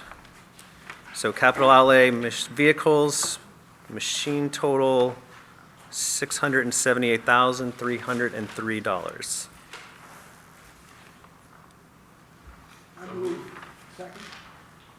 Any discussion? All those in, oh, I'm sorry, where are we? we are on page 18. Right. Capital outlay vehicles. Yep. So there's a dumpster, So that's, fire utility truck. right, okay, fine. And then, Yeah. Bob Harrington's trucks, right? Yep. Okay. Thank you. Okay, so we have a motion. Did we have a second? I'm sorry. Okay, Charlie was the second. Did you get who made the motion, Kim? Did you guys get who made the motion? Okay. Lou made the motion. That's okay. Lou made the motion. Charlie seconded. Thank you. Okay. All right, so we'll take a vote. All those in favor of 678-303? Any opposed? No opposed? We'll move to capital outlay for buildings. We have a line item for $1,212,500. So can I get a clarification? The town building maintenance of $187,500. So isn't 100 of that associated with the ARPA funds? Yeah, and that's not, the selectmen are agents to expend that account, so they wouldn't, this won't actually go on your budget and be voted on at town meeting. The 87,500, I believe, is for the roof? Yes. Yeah, Right. and then the 100, yes. So that money, that amount of money will not show up on your budget. You don't have to, it's not going to go through town meeting, it's not going to go through the budget. So we're going to adjust that line item. Yeah, we put that in there so you know when you're putting money into the capital reserve, which is definitely something you have to do. Right. Yep.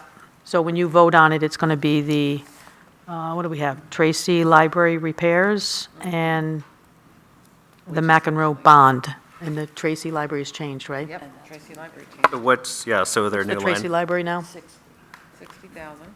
So Tracy Library repairs are 60? Yep. Okay, so not 125. And the 187 is going to be 187, take that out, 87.5? yep. Is that right? Okay. 60. Yeah. And so the 900, do you know what that is for? That's the warrant article, the petition warrant article. And But what's, I'm sorry, go ahead. no, you go ahead. But we're not approving that at this point. I thought the latest report took that out, subject to the town meeting No, the 900,000 stays on this will, page. will go into your budget as a warrant article. Okay. Right. We have to put it somewhere, so we put it in Okay. capital Okay, outlays. that's fine. Yep. Okay. So what's the new total for that line? So 960,000. No, plus 87.5, right? No, the 87.5 is going to come out of the town buildings capital reserve fund. Okay. So it will not go to town meeting. We put those in there so that you know, town buildings capital reserve fund, we expect to spend 87.5 Oh, I'm and with you. 100 from ARPA. Okay, Kim, I'm, Yeah, okay. sorry. I got, We no, it's fine. probably should No. put it in there. It makes it confusing, but. Yeah, it's fine, yeah. So we have $960,000. Okay, yep, okay. Okay. Any discussions? Motion. Charlie makes the motion. Any seconds? Anna seconds. All those in favor? Aye. Any opposed? No opposed. Capital outlay improvements, $22,600. Any discussions or questions?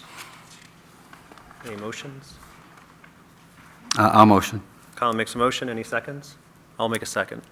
22,600. All those in favor? Aye. Any opposed? None opposed. All right. So, Kim, where does that leave us? Now you're on capital reserve transfers in. Right. That's where the selectmen have $1 million. Right. Okay. So we're voting on the $1 million, not the $11 million. Or you can talk each individual fund if you like, yep. Yeah. Any questions on the general government? So there's sidewalk, fire vehicle replacement, highway equipment replacement, town building maintenance, fire breathing apparatus, and Tracy. John?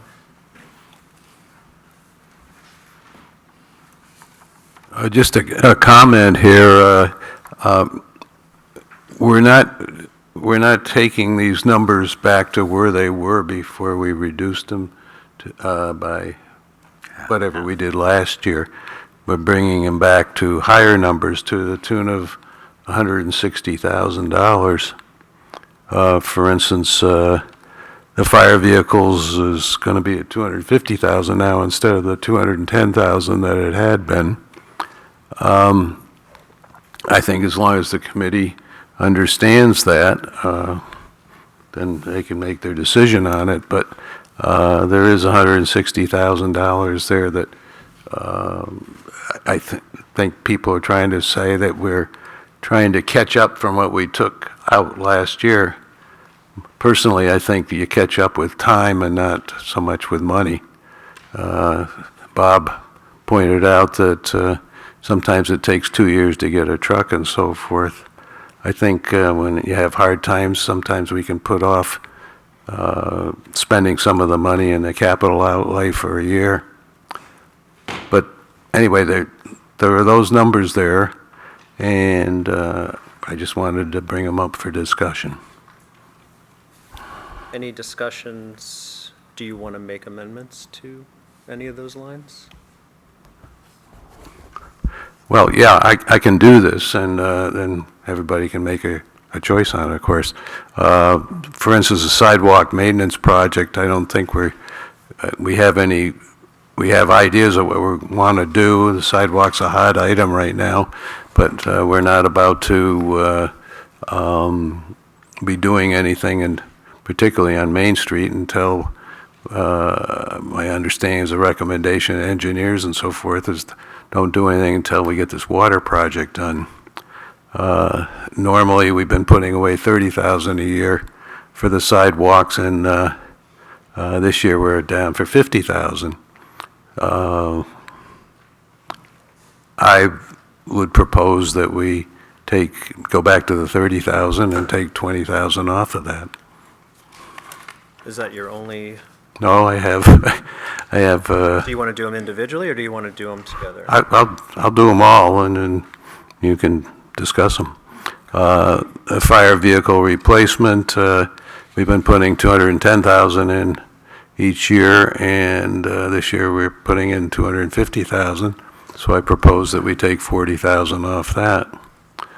Highway equipment, we've been putting in $339,510 each year. This year we're doing $350,000. So I propose we take $10,000 off of that. Town building, I guess I'll drop that one out because of the ARPA funding and so forth. But and then the library improvements, we've been putting away $37,500 each year, and now they're asking $60,000.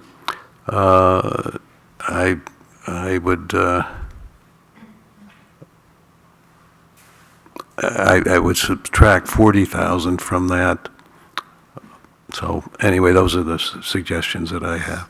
I just want to make one correction, John. The $150,000 for town building maintenance has nothing to do with ARPA, so that is town money going into that account, and I believe the selectmen's process was they're going to have that new asset management plan will be coming online, and the idea was that there would be additional work on buildings. So that 150 is all town money, so. Okay. So any discussions or folks from fire? Yep, Bill. It's good to get up out of the chair. I would just note that when the selectmen came up with this $1 million number, we had to forecast what the needs were going to be to keep these accounts above zero for 4 years out, and we're trying to sort of spread out, if you will, the increases that go along. So this $1 million, I don't have the numbers with me. I think will probably be $1.2 million next year, probably $1.4 million the following year, probably $1.6 million the following year. So this is just a matter, when you do capital reserves, of trying to spread out the costs rather than matching them exactly when the money is coming back out. The fire engine, when it gets bought, is going to cost that amount of money or more. Jay Jay says, and so on and so forth with the trucks and so on. So this is simply an attempt on the part of the Board of Selectmen to gradually increase this account, but I think our forecast is that by FY '28, this will probably look like $1.6 million. Jay, do you want to speak to the fire truck? It's hard using numbers for the last couple of years because of COVID. I think we can all agree that things were, quite frankly, ridiculous with the increases. Fire apparatus 2 years ago went up 7% each quarter, 28% in 1 year. Last year, fortunately, they did drop down, and they were only 8% every 6 months. So certainly I see it trending down. The concern is that we've got 4 main pieces of apparatus at a 20-year replacement cycle based upon the National Fire Protective Association. We can certainly say, well, we can wait to purchase apparatus. If you wait to purchase that apparatus, it's going to cost you more money. You're going to have more issues. Currently, we waited and just received it, for anyone that wants to come in and take a look at your fire truck. We just received a fire truck after 625 days. If we were ordering that today, it would be 27 months. If you're going to go for a ladder truck, you're talking 940 days. Heaven forbid something gets in an accident, what are you going to do from a replacement standpoint? It's difficult. So the problem is that if you don't stay on that schedule, you're going to see significant increases, not in a $40,000 increment. That one increase was right around $260,000 in a calendar year. So I would recommend to the Budget Committee, the Select Board, the Board of Fire Wards, that we keep on the schedule that we have. Otherwise, we're going to try to play makeup and be in the same predicament or worse moving forward. We are looking at doing things instead of just buying a brand new fire truck at, for instance, rechassing our current tanker.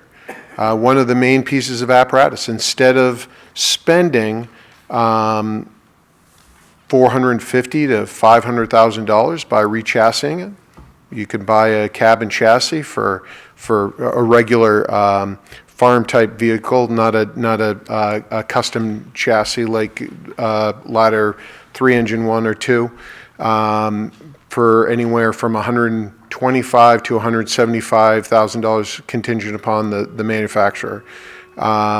It's going to cost $100,000 to take that piece and then put it onto our old vehicle. But what that means, because our body, the tank and body of the vehicle is plastic, we have a pretty good idea, especially being it shorter from a fatigue standpoint, that will last us another 20 years. So we're pretty excited about that endeavor.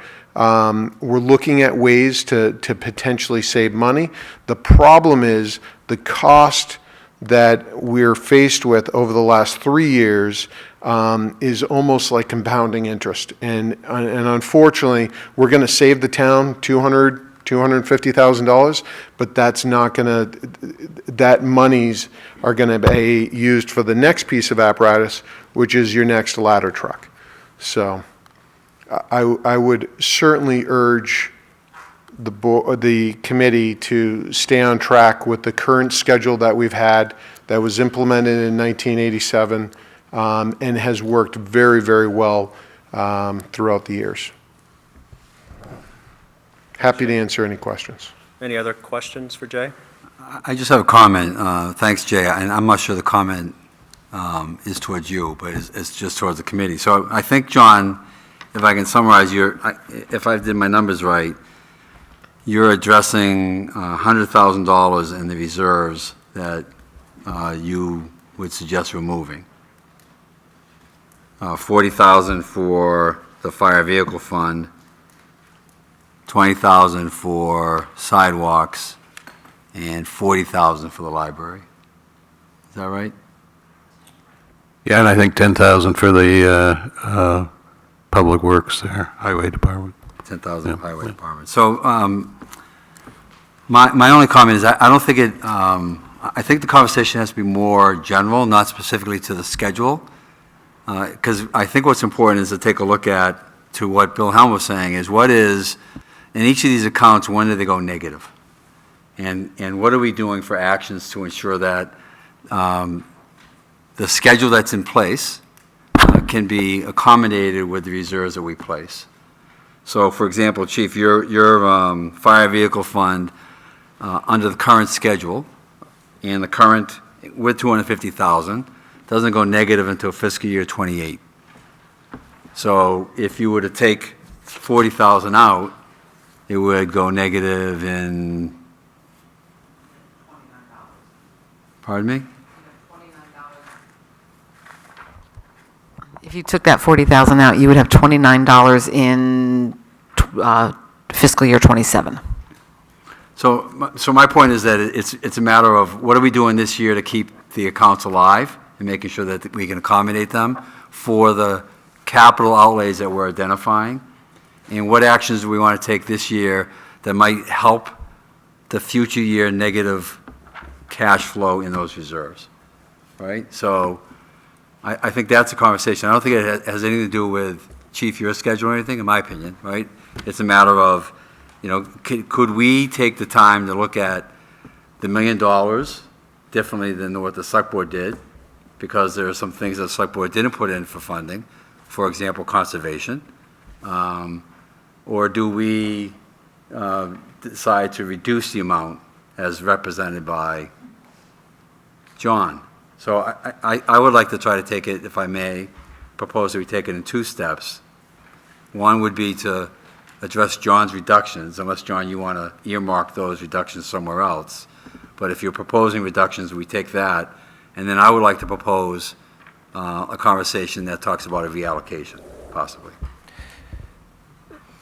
So I'll go to you, John. Do you want to amend your amendment, or do you want to have people vote on your suggested changes?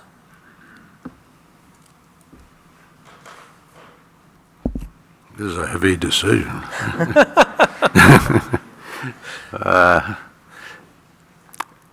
I brought mine up for discussion more than anything. I think what Colin is outlining here is very proper for how we go forward on things. Whether or not I can sit here and add and subtract right now accurately on this, I can't. And so I'm not willing to make a motion on this, but I did think that it should be discussed, and very much so as we go forward. So maybe that's a way of sneaking out of the whole thing, but it just... Be a good politician. So, Colin, you have some suggestions then? Yeah, my suggestion, notwithstanding any further conversation on John's comments, would be to bring the library down to the 60,000. That's what they asked for, so let's give it to them. And let's take the 40,000 that's remaining and think about how to allocate that in a manner that accommodates one of the things I just talked about. How do we mitigate or reduce the risk in next year's column? I would take $1 out of that $40,000 and put it in conservation, because I heard Bob Brown talk about coming to the town with a petition article on the warrant. So if the town wants to spend money on conservation, let's make that available through a $1 allocation. So that would be my first motion. The rest of the $39,000, I would suggest taking a look at the 2026 column. And if you look at the 2026 column, we go negative in fire breathing apparatus, even $107,000. And we go negative in gravel road paving, and we go negative in the sewer department. So I would suggest perhaps we just, throw the rest of the $39,999 into one or more of those accounts just to reduce the bite next year. And get us thinking get us thinking, multi-year on these things as opposed to episodic this year. That's what I would propose. So do you have a suggestion on the amount for the line items? I Or would- discussion on his? Yeah, maybe we start with a conversation first. Conversation.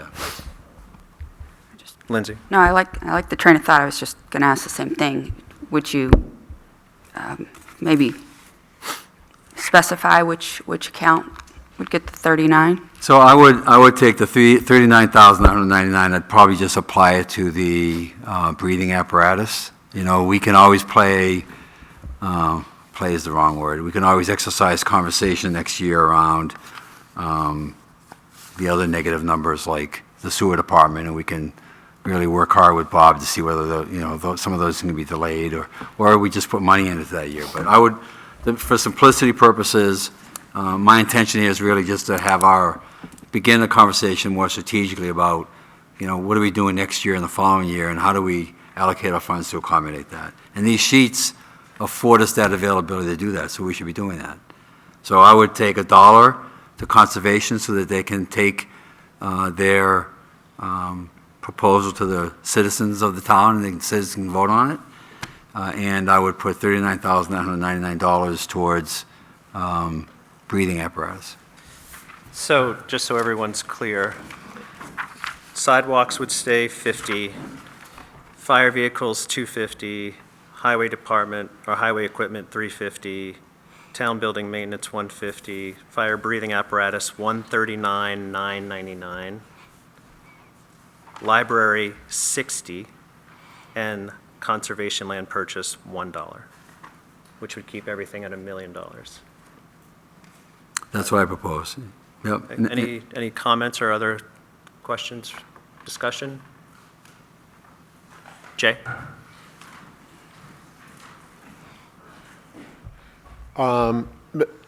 Great proposal from Colin, not just because we oversee. Thanks for that beer, by the way. Absolutely. It's dry January.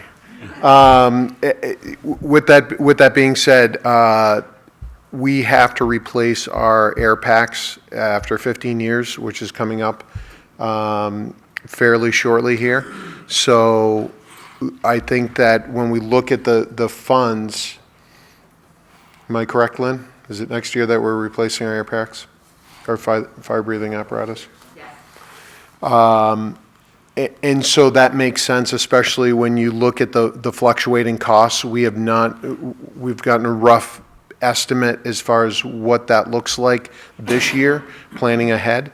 But with that being said, who knows what the market will be. So we'll have a better number for all parties involved in probably July as we look forward to the next year's fiscal budget. But I wouldn't be surprised if those funds actually are truly needed. So to apply those this year totally makes sense. Thank you, Jay. And, just if you can indulge me just for literally just 1 minute, philosophically, it's if you take a look at the future columns and when they go negative, a couple of these things I do believe we're going to talk to the strategic initiatives, right, where we may want to take a look at how we apply surplus. So in that category, sidewalks could be something we might want to deal with. So maybe we don't necessarily have to deal with them here. We can deal with them through surplus. So we can have that conversation when we're done with these pages. I'm done. All right, so we have a motion to amend. I can repeat it if you like, but I think everyone wrote it down. You got it? Any other discussion on that? Any seconds? Second. Lindsay seconds. All those in favor of proposed amendments? Aye. Any opposed? No. All right. And Lynn, Kim, you got all those changes? Okay. It gives the selectmen something to talk about. Anything else for us? No? Do we have to vote on the total budget, right? Well, you're going to have to go through sewer? Sewer, yeah. Fun. All right, sewer, 39,750. That's sewer collection. You can do all of it. You want to do together if all you of them? want. I mean, I guess I'll pause to see if there are any questions on sewer before we go all of. Yep. got I have a question on sewer collection. I guess, Bob, this is for you. The overtime budget, could you just share with us again? I mean, it's $28,000, and you haven't really gone over 13,000 ever. So is that an opportunity for us to reduce the budget?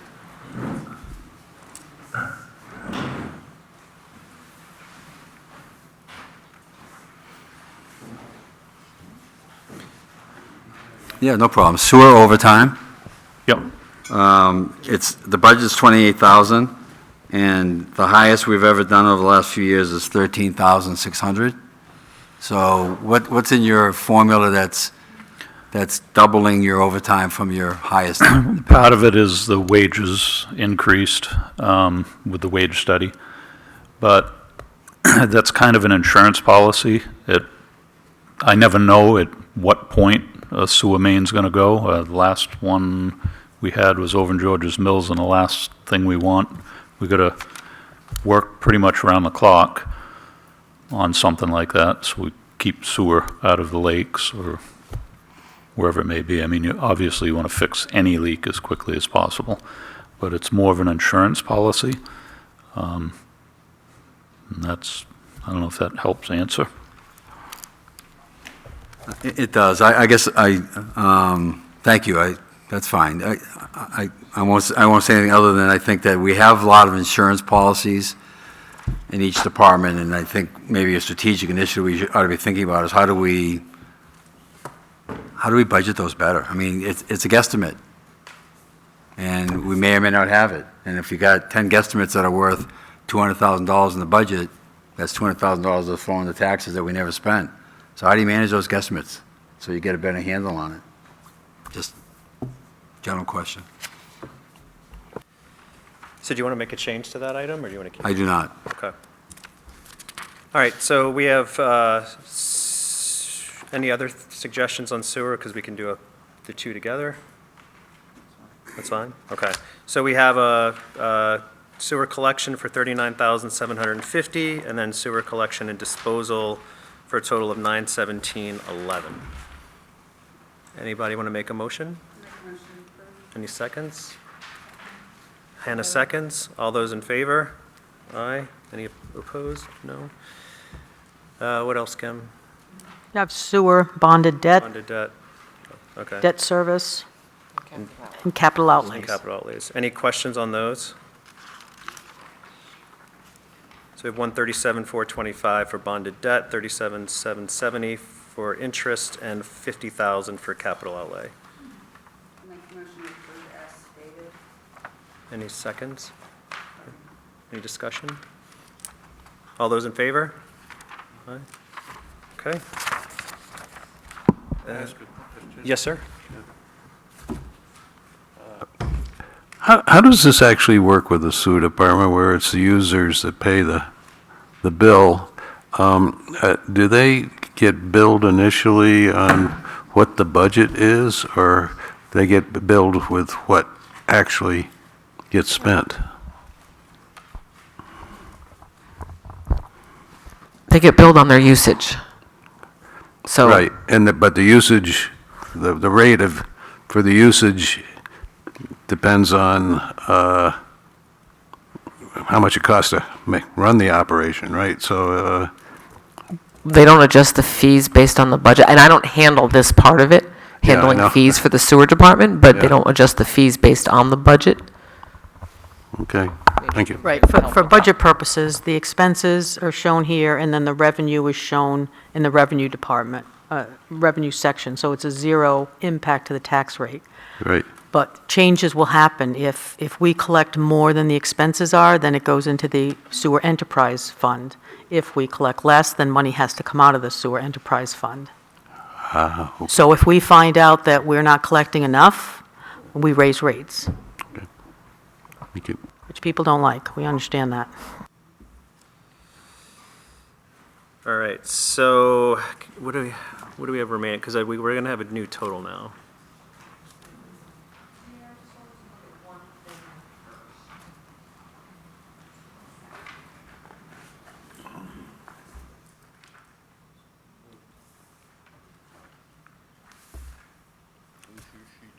What do you need?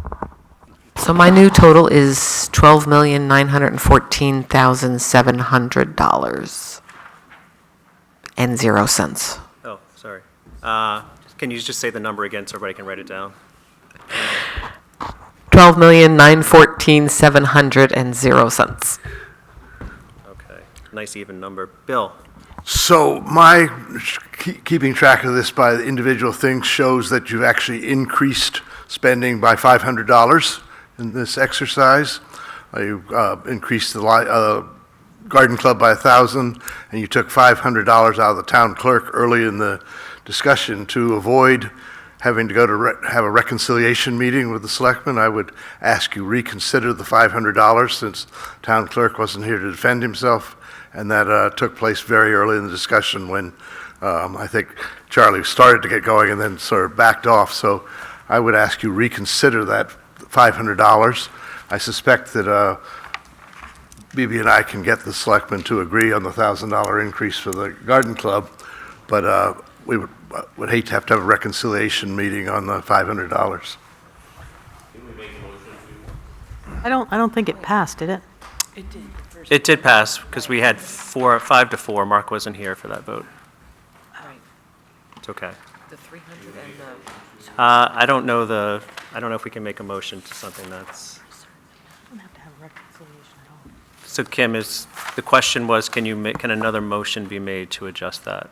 Sure, you can revisit any vote you We made. didn't vote on the total yet either, so. So what's the motion?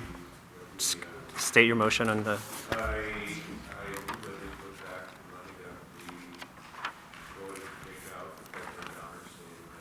Advertising and all this.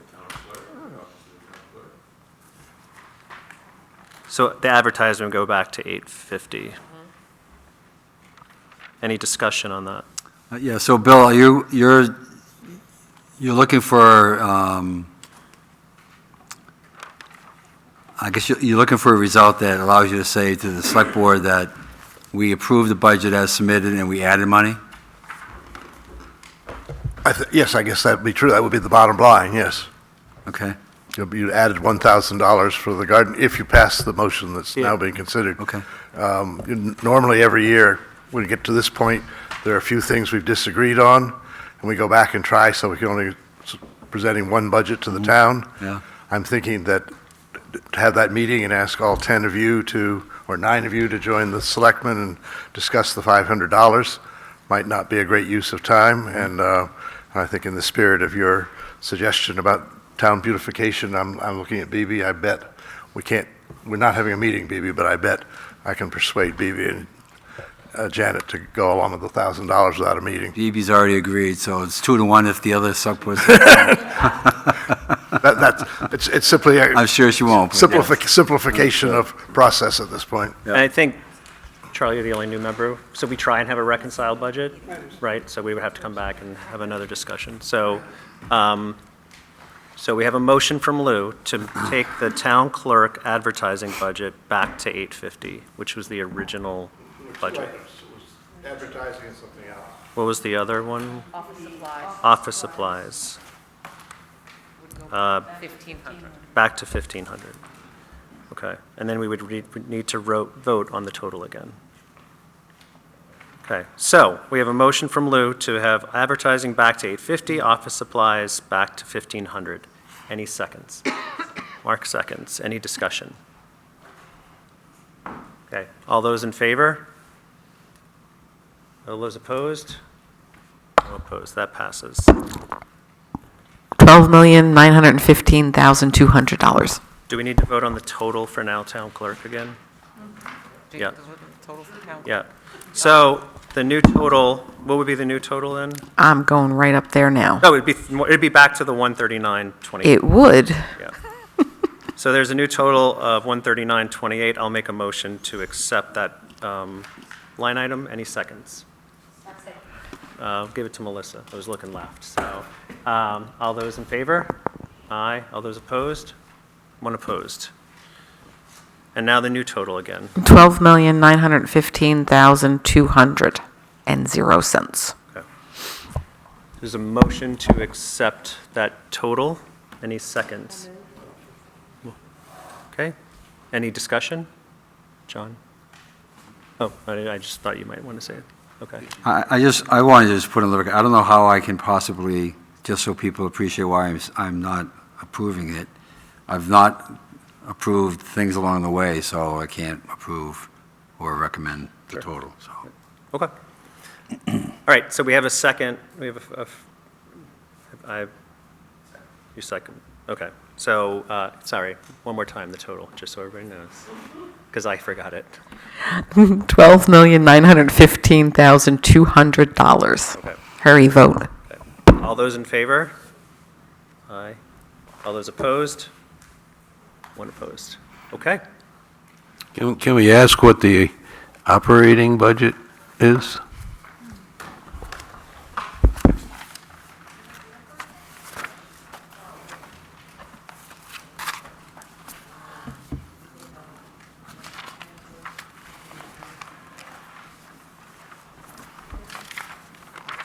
What's the one we're paying taxes on?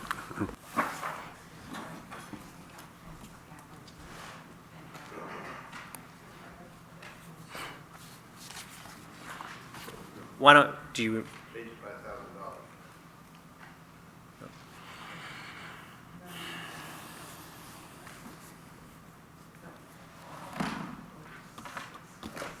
There was only software that would do this.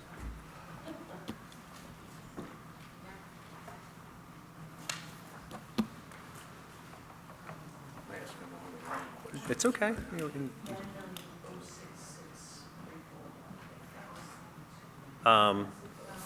As you're figuring that out, is that, we'll get that number for John. I don't think, you got it, okay.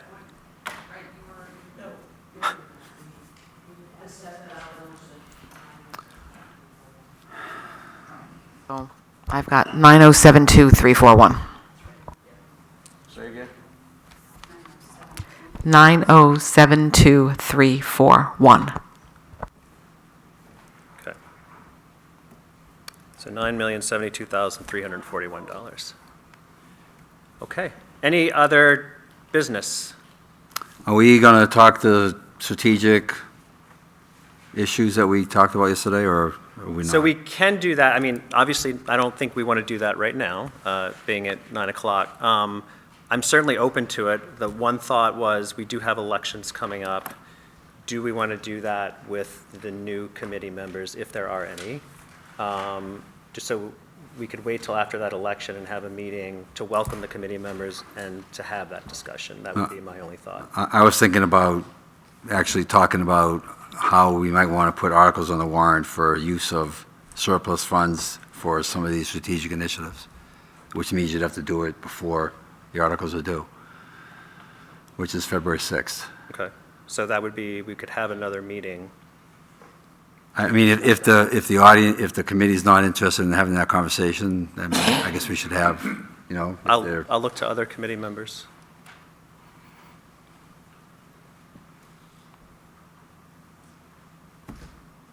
So let me put a motion on the table. If that's the way, we have to get a vote on it if people don't want to chat about it. I mean, I motion that we. Could you expound just a little bit? Yeah. Just in terms of what you're suggesting Sure. that strategic discussion or that particular part of it looks like? So it would look like our exercising a conversation around those things that we know may hit us in the future, that we might want to spend some resources on, I'll say tax-free, building up a reserve the way the school department has done, where they put a article in the warrant that says, if there is a surplus, we'd like to spend up to $100,000 in the reserve for a roof.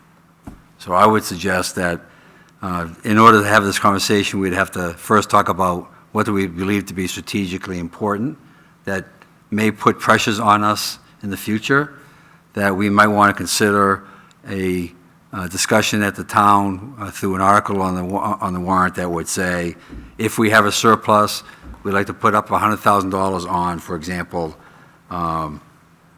transfer station, or solar, or sidewalks, or the Main Street design, or the building maintenance issues we're going to have, or we know water's going to come at us, right? The Springfield Water District made it very clear that they have zero intention or ability or capacity to add water capacity to this town. And that's going to cost us $10 to $20 million in today's dollars. So do we want to begin to think about how we can tell the town that we're taking care of their future by looking at the use of surplus for some of those specific purposes? That's what I propose. Could we get, yeah, Bill, go ahead, because I was going to ask, can we get the selectmen's thoughts on that? Yep. Colin, would you please define surplus? So it would come out of the monies, so I'll give you an example, Bill, and it's a good question. So when I take a look at the budget sheets in 2023, the budget minus the actual is $1.4 million. Mm-hmm. So the unfunded reserve balance is about 1.8 million. Mhm. I don't know the relationship in 2023 of the $1.4 million, I'll call that surplus, budget minus actual, to the $1.8 million that we have in the unreserved fund balance. But I think the budget committee should be educated about that and try to understand how we could begin to say to the town that perhaps if our budget, our actuals underrun our budget, we can earmark some of that underrun to some of these strategic initiatives. So, as you and I have discussed in the past, there's actually no such thing as surplus in municipal finance. I There's read that. There's a difference between the amount of money that we raise through taxation and the amount of money that we actually spend in a year. And when the auditors get through with all of that, that becomes part of the unfunded balance. So, and that balance is then used either to keep the town healthy in a variety of different ways, including making sure our bond rating holds up, or in most years since I've been around, the selectmen have chosen to look at that and say there's probably a little bit of movement here that we can use some of that money to reduce the tax rate. But there is no such thing as surplus per se in municipal financing. It's not, that's a business term, not a municipal finance term. I understand, but there is, conceptually, there is the difference between taxes raised and cost incurred. That's as true. I understand it. But I think, in a very calm way, I think that if that's the discussion we want to have, then it's going to really be important to spend the time for the Budget Committee and anybody else who's interested to understand all of the concepts of municipal finance, including the role of unfunded, unreserved fund balances, how they're calculated, and so on. And I think Kim is giving all of you an article on that subject. It's a very complex subject, and even those of us who have a career in finance have had to learn something new. At this point, the town's unrestricted fund balance is at about 7.75%, which is near the lower end of what all government agencies, bond agencies, state agencies, and so on recommend. And so in my 5 years on the select board, we've always tried to keep that number not any lower than it is, and what you're proposing inevitably will cause that number to go down to a level that will send alarm bells off across a number of different places. So I think I understand what you want to do, but I don't think that's a 20-minute discussion. I think the fact that you and I have had that discussion for a year and a half and that it's still on the table means we really need to get deeply into the discussion. What the school board does is slightly different, and I don't want to put BB on the spot, but perhaps she can explain it, or Lindsay can explain it from the municipal finance point of view. But so, Bill, can I comment on what you're saying? What we do as a town is different than what the school district does. Can I comment on what you're saying? Sure, absolutely. So it's I'm my having a understanding friendly that discussion. the auditor, if we were to earmark what I'm going to call surplus for the purposes of easily understood. Difference between tax revenue and for the purpose of easily understood conversation. Yeah, okay. Right?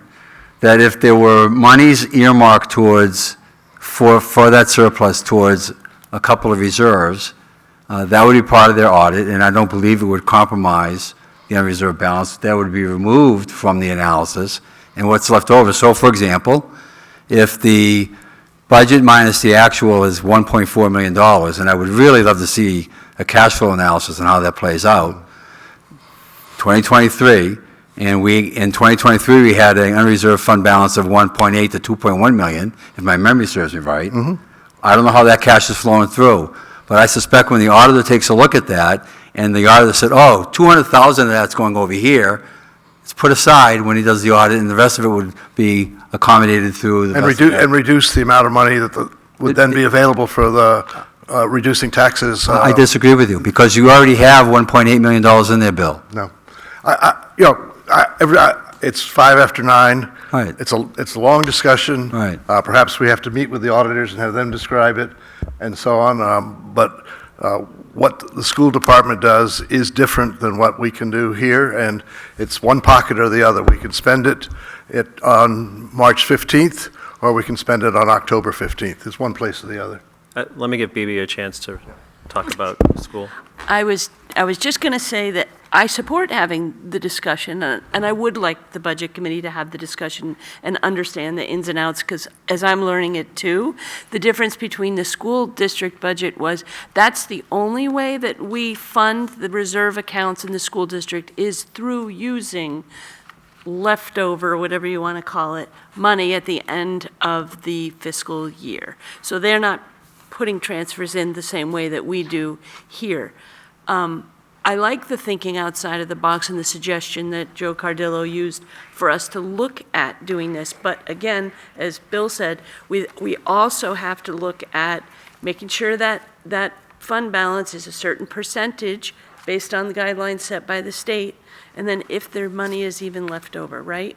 So I'm fine with having the discussion. It's another learning experience for me as I'm learning all of this going forward. So, but it does work a little bit differently than the school district.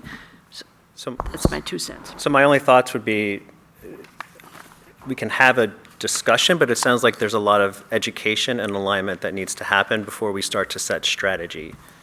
That's my own opinion after hearing Bill and Bibi, but I'll let other members give their thoughts. No, I agree. With a different way of thinking about it, and I'm at a loss because of the naivete I have to how the school does it and how we actually do it. So I defer to those who know.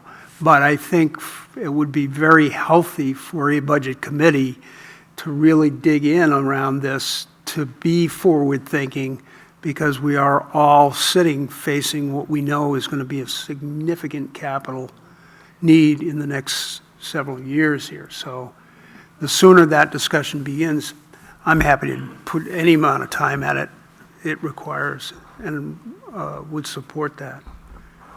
I'm certainly not opposed to having those discussions. I just think having it next week is not prudent, given the knowledge that needs to be understood, and it sounds like there's a lot of discussion that needs to happen around it.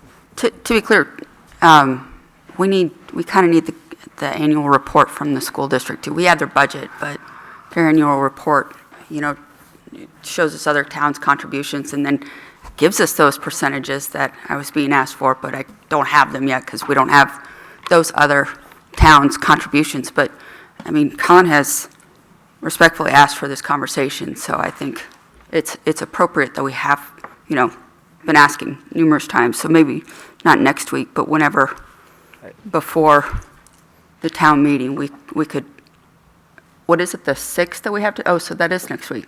Yeah, it won't happen for that if you want to wait. Okay.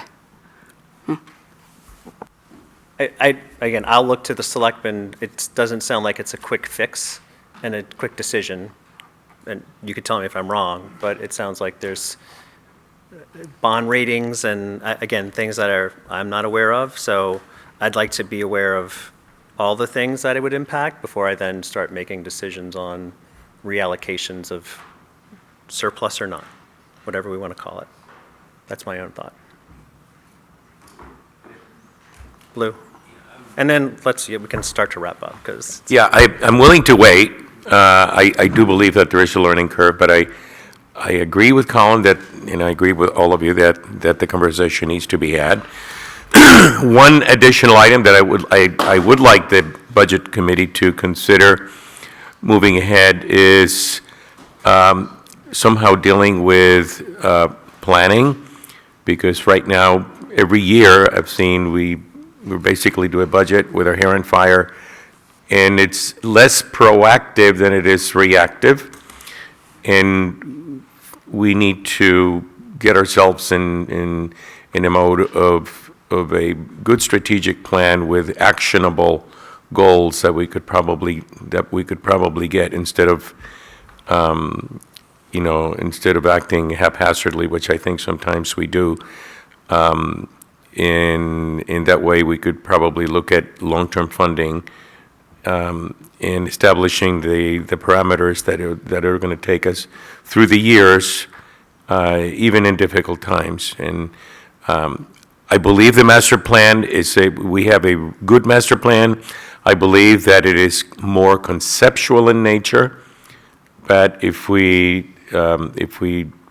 there was a little bit meat in the matter, we could probably act on it as a part of our budget process. So we talked about the process meeting, which is different than strategic initiative, and maybe it makes sense to pull them together, and part of the process could be a strategic discussion during the course of the time. And we talked about having that before the election so that we would benefit from the participation of those who may be here now and not then. So I would at least like to schedule something before the election to have at least that conversation. Okay. I can work with Kim on the date for that to see availability. We don't need a reconciliation meeting based on the vote. You've made some changes to capital reserves that the selectmen will probably talk about tomorrow night. Okay, so we'll see if we need a reconciliation meeting. If we do, we can have that discussion. I would assume that would be a pretty quick reconciliation meeting, given the small changes. They may agree to all that you changed. If they You never do, know. great, but I'm still happy to have that discussion at that time. So why don't we reach back out on...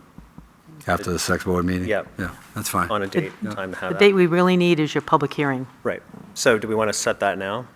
Yeah, because we need to start advertising. I like to advertise it as far in advance as... So what is your preferred My time? preferred date would be this, pretty close to the same date we've always used, which would be February 7th.